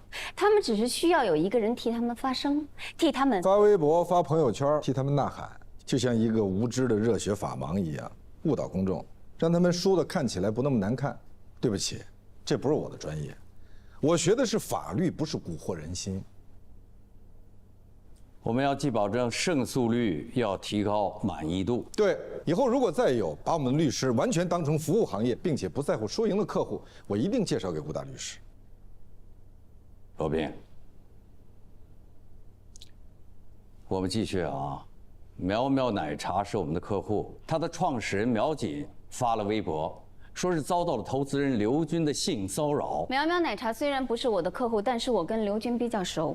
我可以争取他们和解。您的意思是让苗苗奶茶开个价，只要对方给的钱合适，就一切都 OK。这种案子最难的是证据，性骚扰又不是强奸，你说他摸了，他说没有，然后你到公共媒体上去嚷嚷，人家可以告你侵犯名誉权，你败诉了还要给人家赔礼道歉。您就打算这么跟我们的客户说呀？如果是这样的话，我看明年满意度第2都保不住，倒数第2倒是有可能。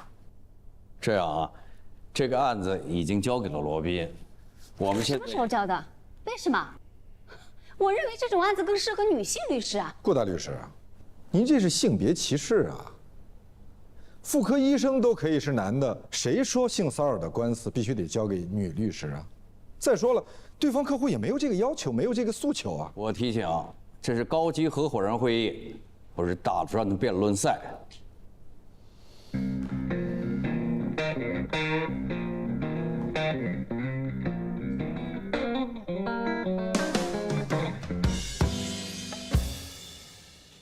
这是苗锦的案子，你跟他联系一下，了解清楚事情的原委。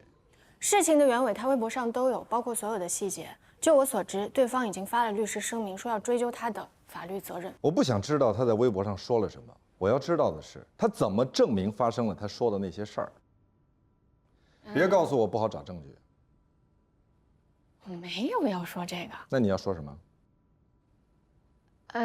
我一个人去还是我们俩一起去？当然你一个人去。你们都是女性，有些话题聊起来不至于那么尴尬。我这儿有个案子，需要您的帮助。你是我的助理，我不是你的，这一点不用再强调了吧？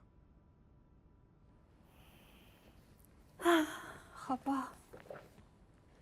站住！你去哪儿啊？我去找其他愿意帮助我的合伙人啊。你这是在威胁我？怎么是威胁了呢？律师接案子付出的是劳动，你强迫我接案子，就是在强迫他人劳动。按照《治安管理处罚法》第40条规定，以威胁、暴力或者其他手段强迫他人劳动的。第一，我没有使用暴力；第二，我这不涉及威胁吧？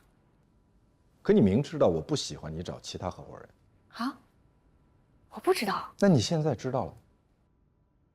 啊，原来我可以用这个方法强迫您去接案子。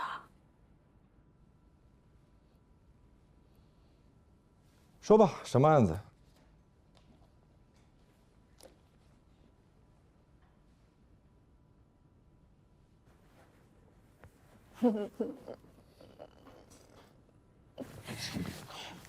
这个事情是这样的，有一个老人家，他被他的外甥女给告了。是因为拆迁款、征收补偿款，还是房产继承？征收补偿款。您怎么知道的？一般都是这种情况。房子是老人父母留下来的。没错，父母在世的时候就明确说了，这房子是留给老人家的。老人父母有几个子女？2个，一男一女。你的当事人是儿子。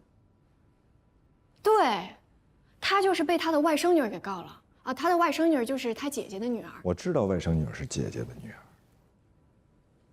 起初，他姐姐请求父母，也就是孩子的姥姥姥爷。我知道您知道姥姥姥爷，请求姥姥姥爷把孩子的户口落在老房子里，姥姥姥爷就同意了。姥姥姥爷在世的时候，还专门把子女叫到跟前，说这个房子是留给儿子的，因为将来养老送终是儿子的任务。现在姥姥姥爷过世了，房子要被征收了，所以外甥女儿不干了。对，就是这个原因，所以他就把他们舅舅一家全告上了法庭，要求分割征收补偿利益。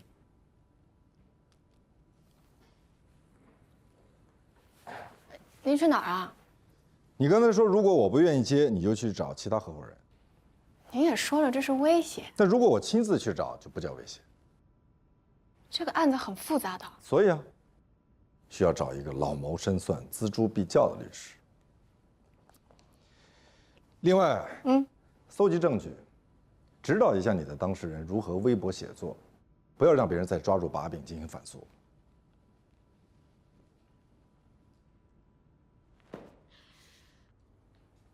什么？给您的案子。为什么？表示内疚？怎么会内疚呢？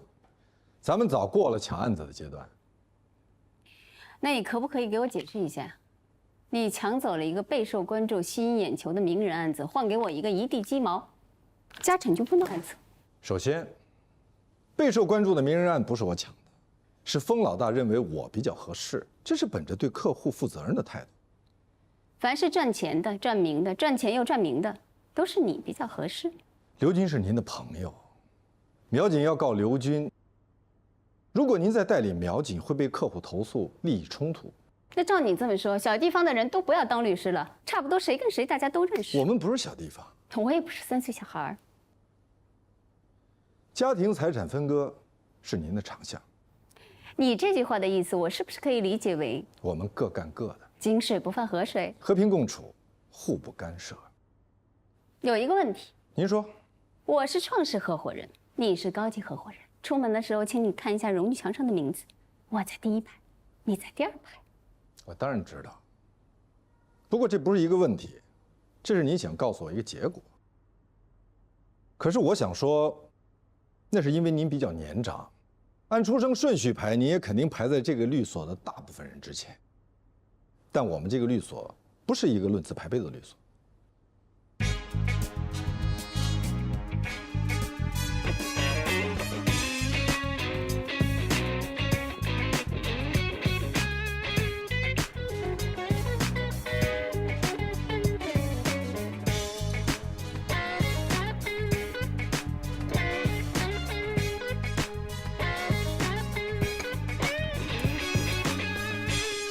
你又去招惹顾杰了是不是？没有啊，我是去给他送一个案子。他要的不是案子，他要的是您的位置。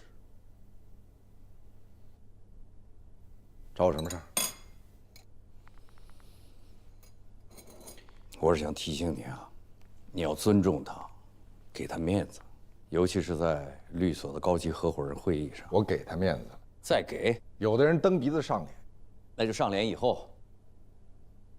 有一句老话，叫先下手为强，后下手遭殃。还有一句话，多行不义必自毙，玩火者必自焚。您这是2句，不是1句。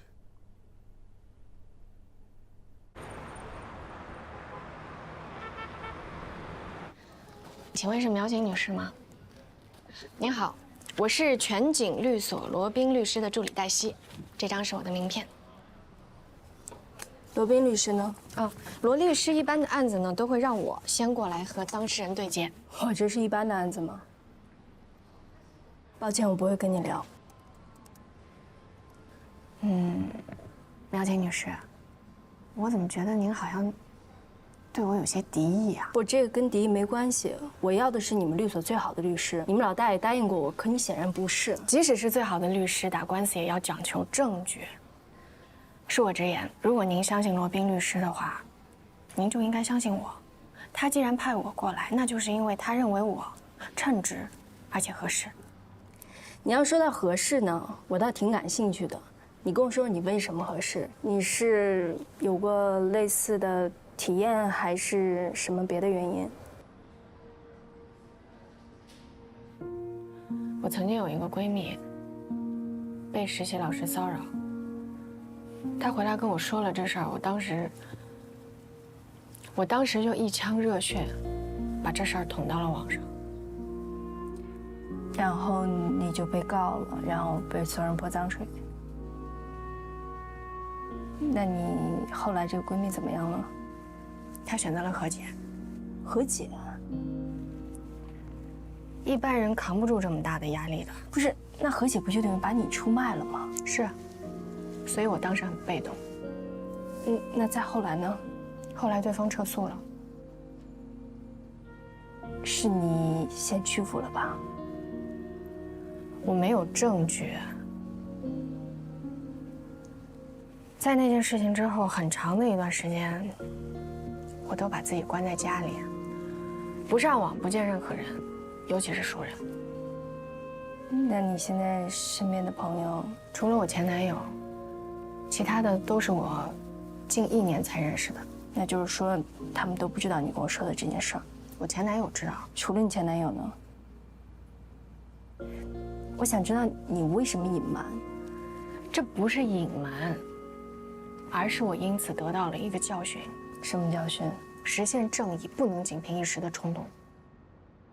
律师往往被人误解是收钱办案、看钱说话的行当，但事实上，一名优秀的律师一定是一个具有社会责任感的律师，一定会是一个热爱公益事业、积极关爱弱势群体的律师。全景能获得10家公益律所的称号，我非常激动。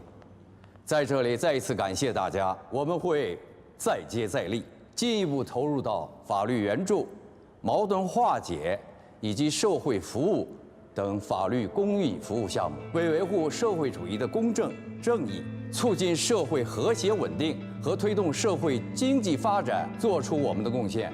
再一次的表示感谢，谢谢大家。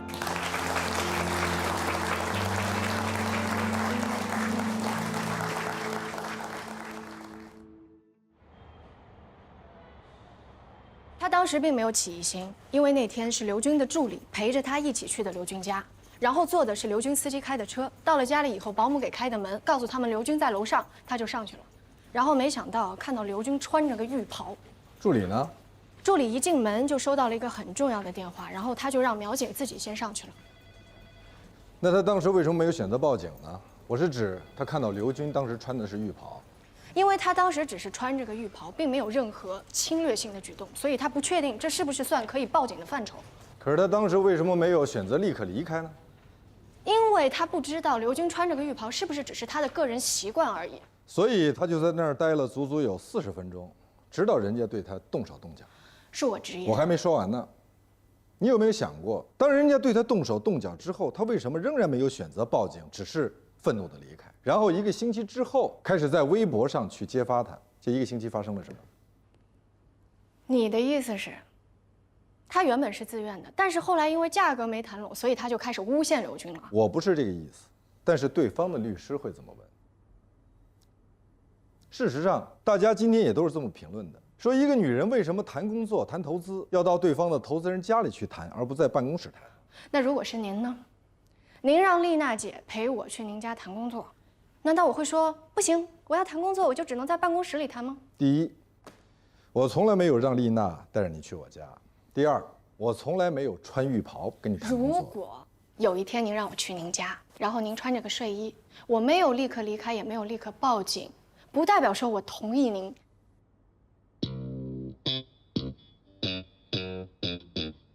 那代表什么？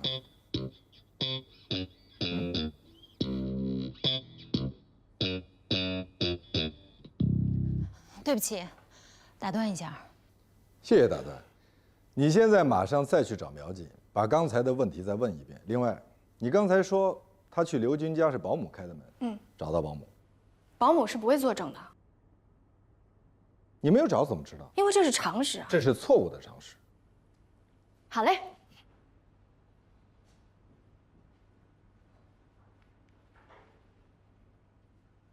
怎么了？今天方老大特别不对劲儿。哪儿不对？他2天戴了同一条领带。也许他有2条一模一样的领带。不，他没有，你有。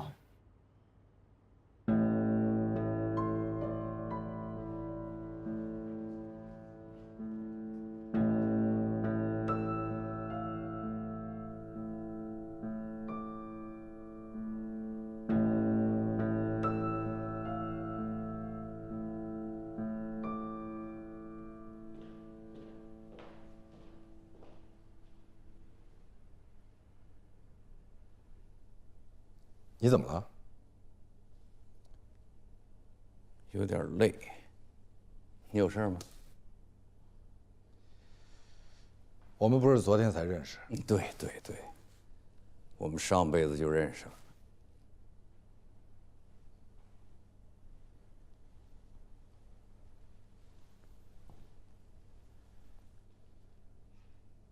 遇到什么事儿了？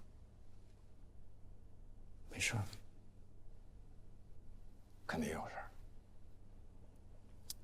我就是有点不舒服。哪里不舒服？要不要我陪你到医院去看看？不用。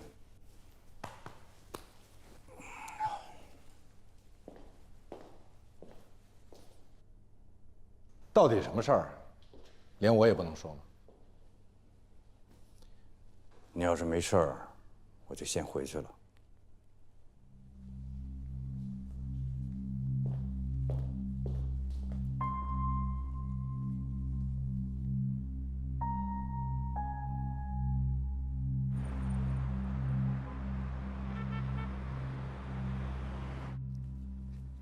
你找我？坐。哎，什么事儿？我不知道应该不应该跟你说。我懂了。哎，说说你懂什么了？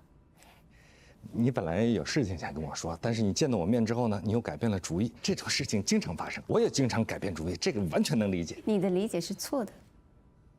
那我怎么理解才是正确的呢？我怕连累你。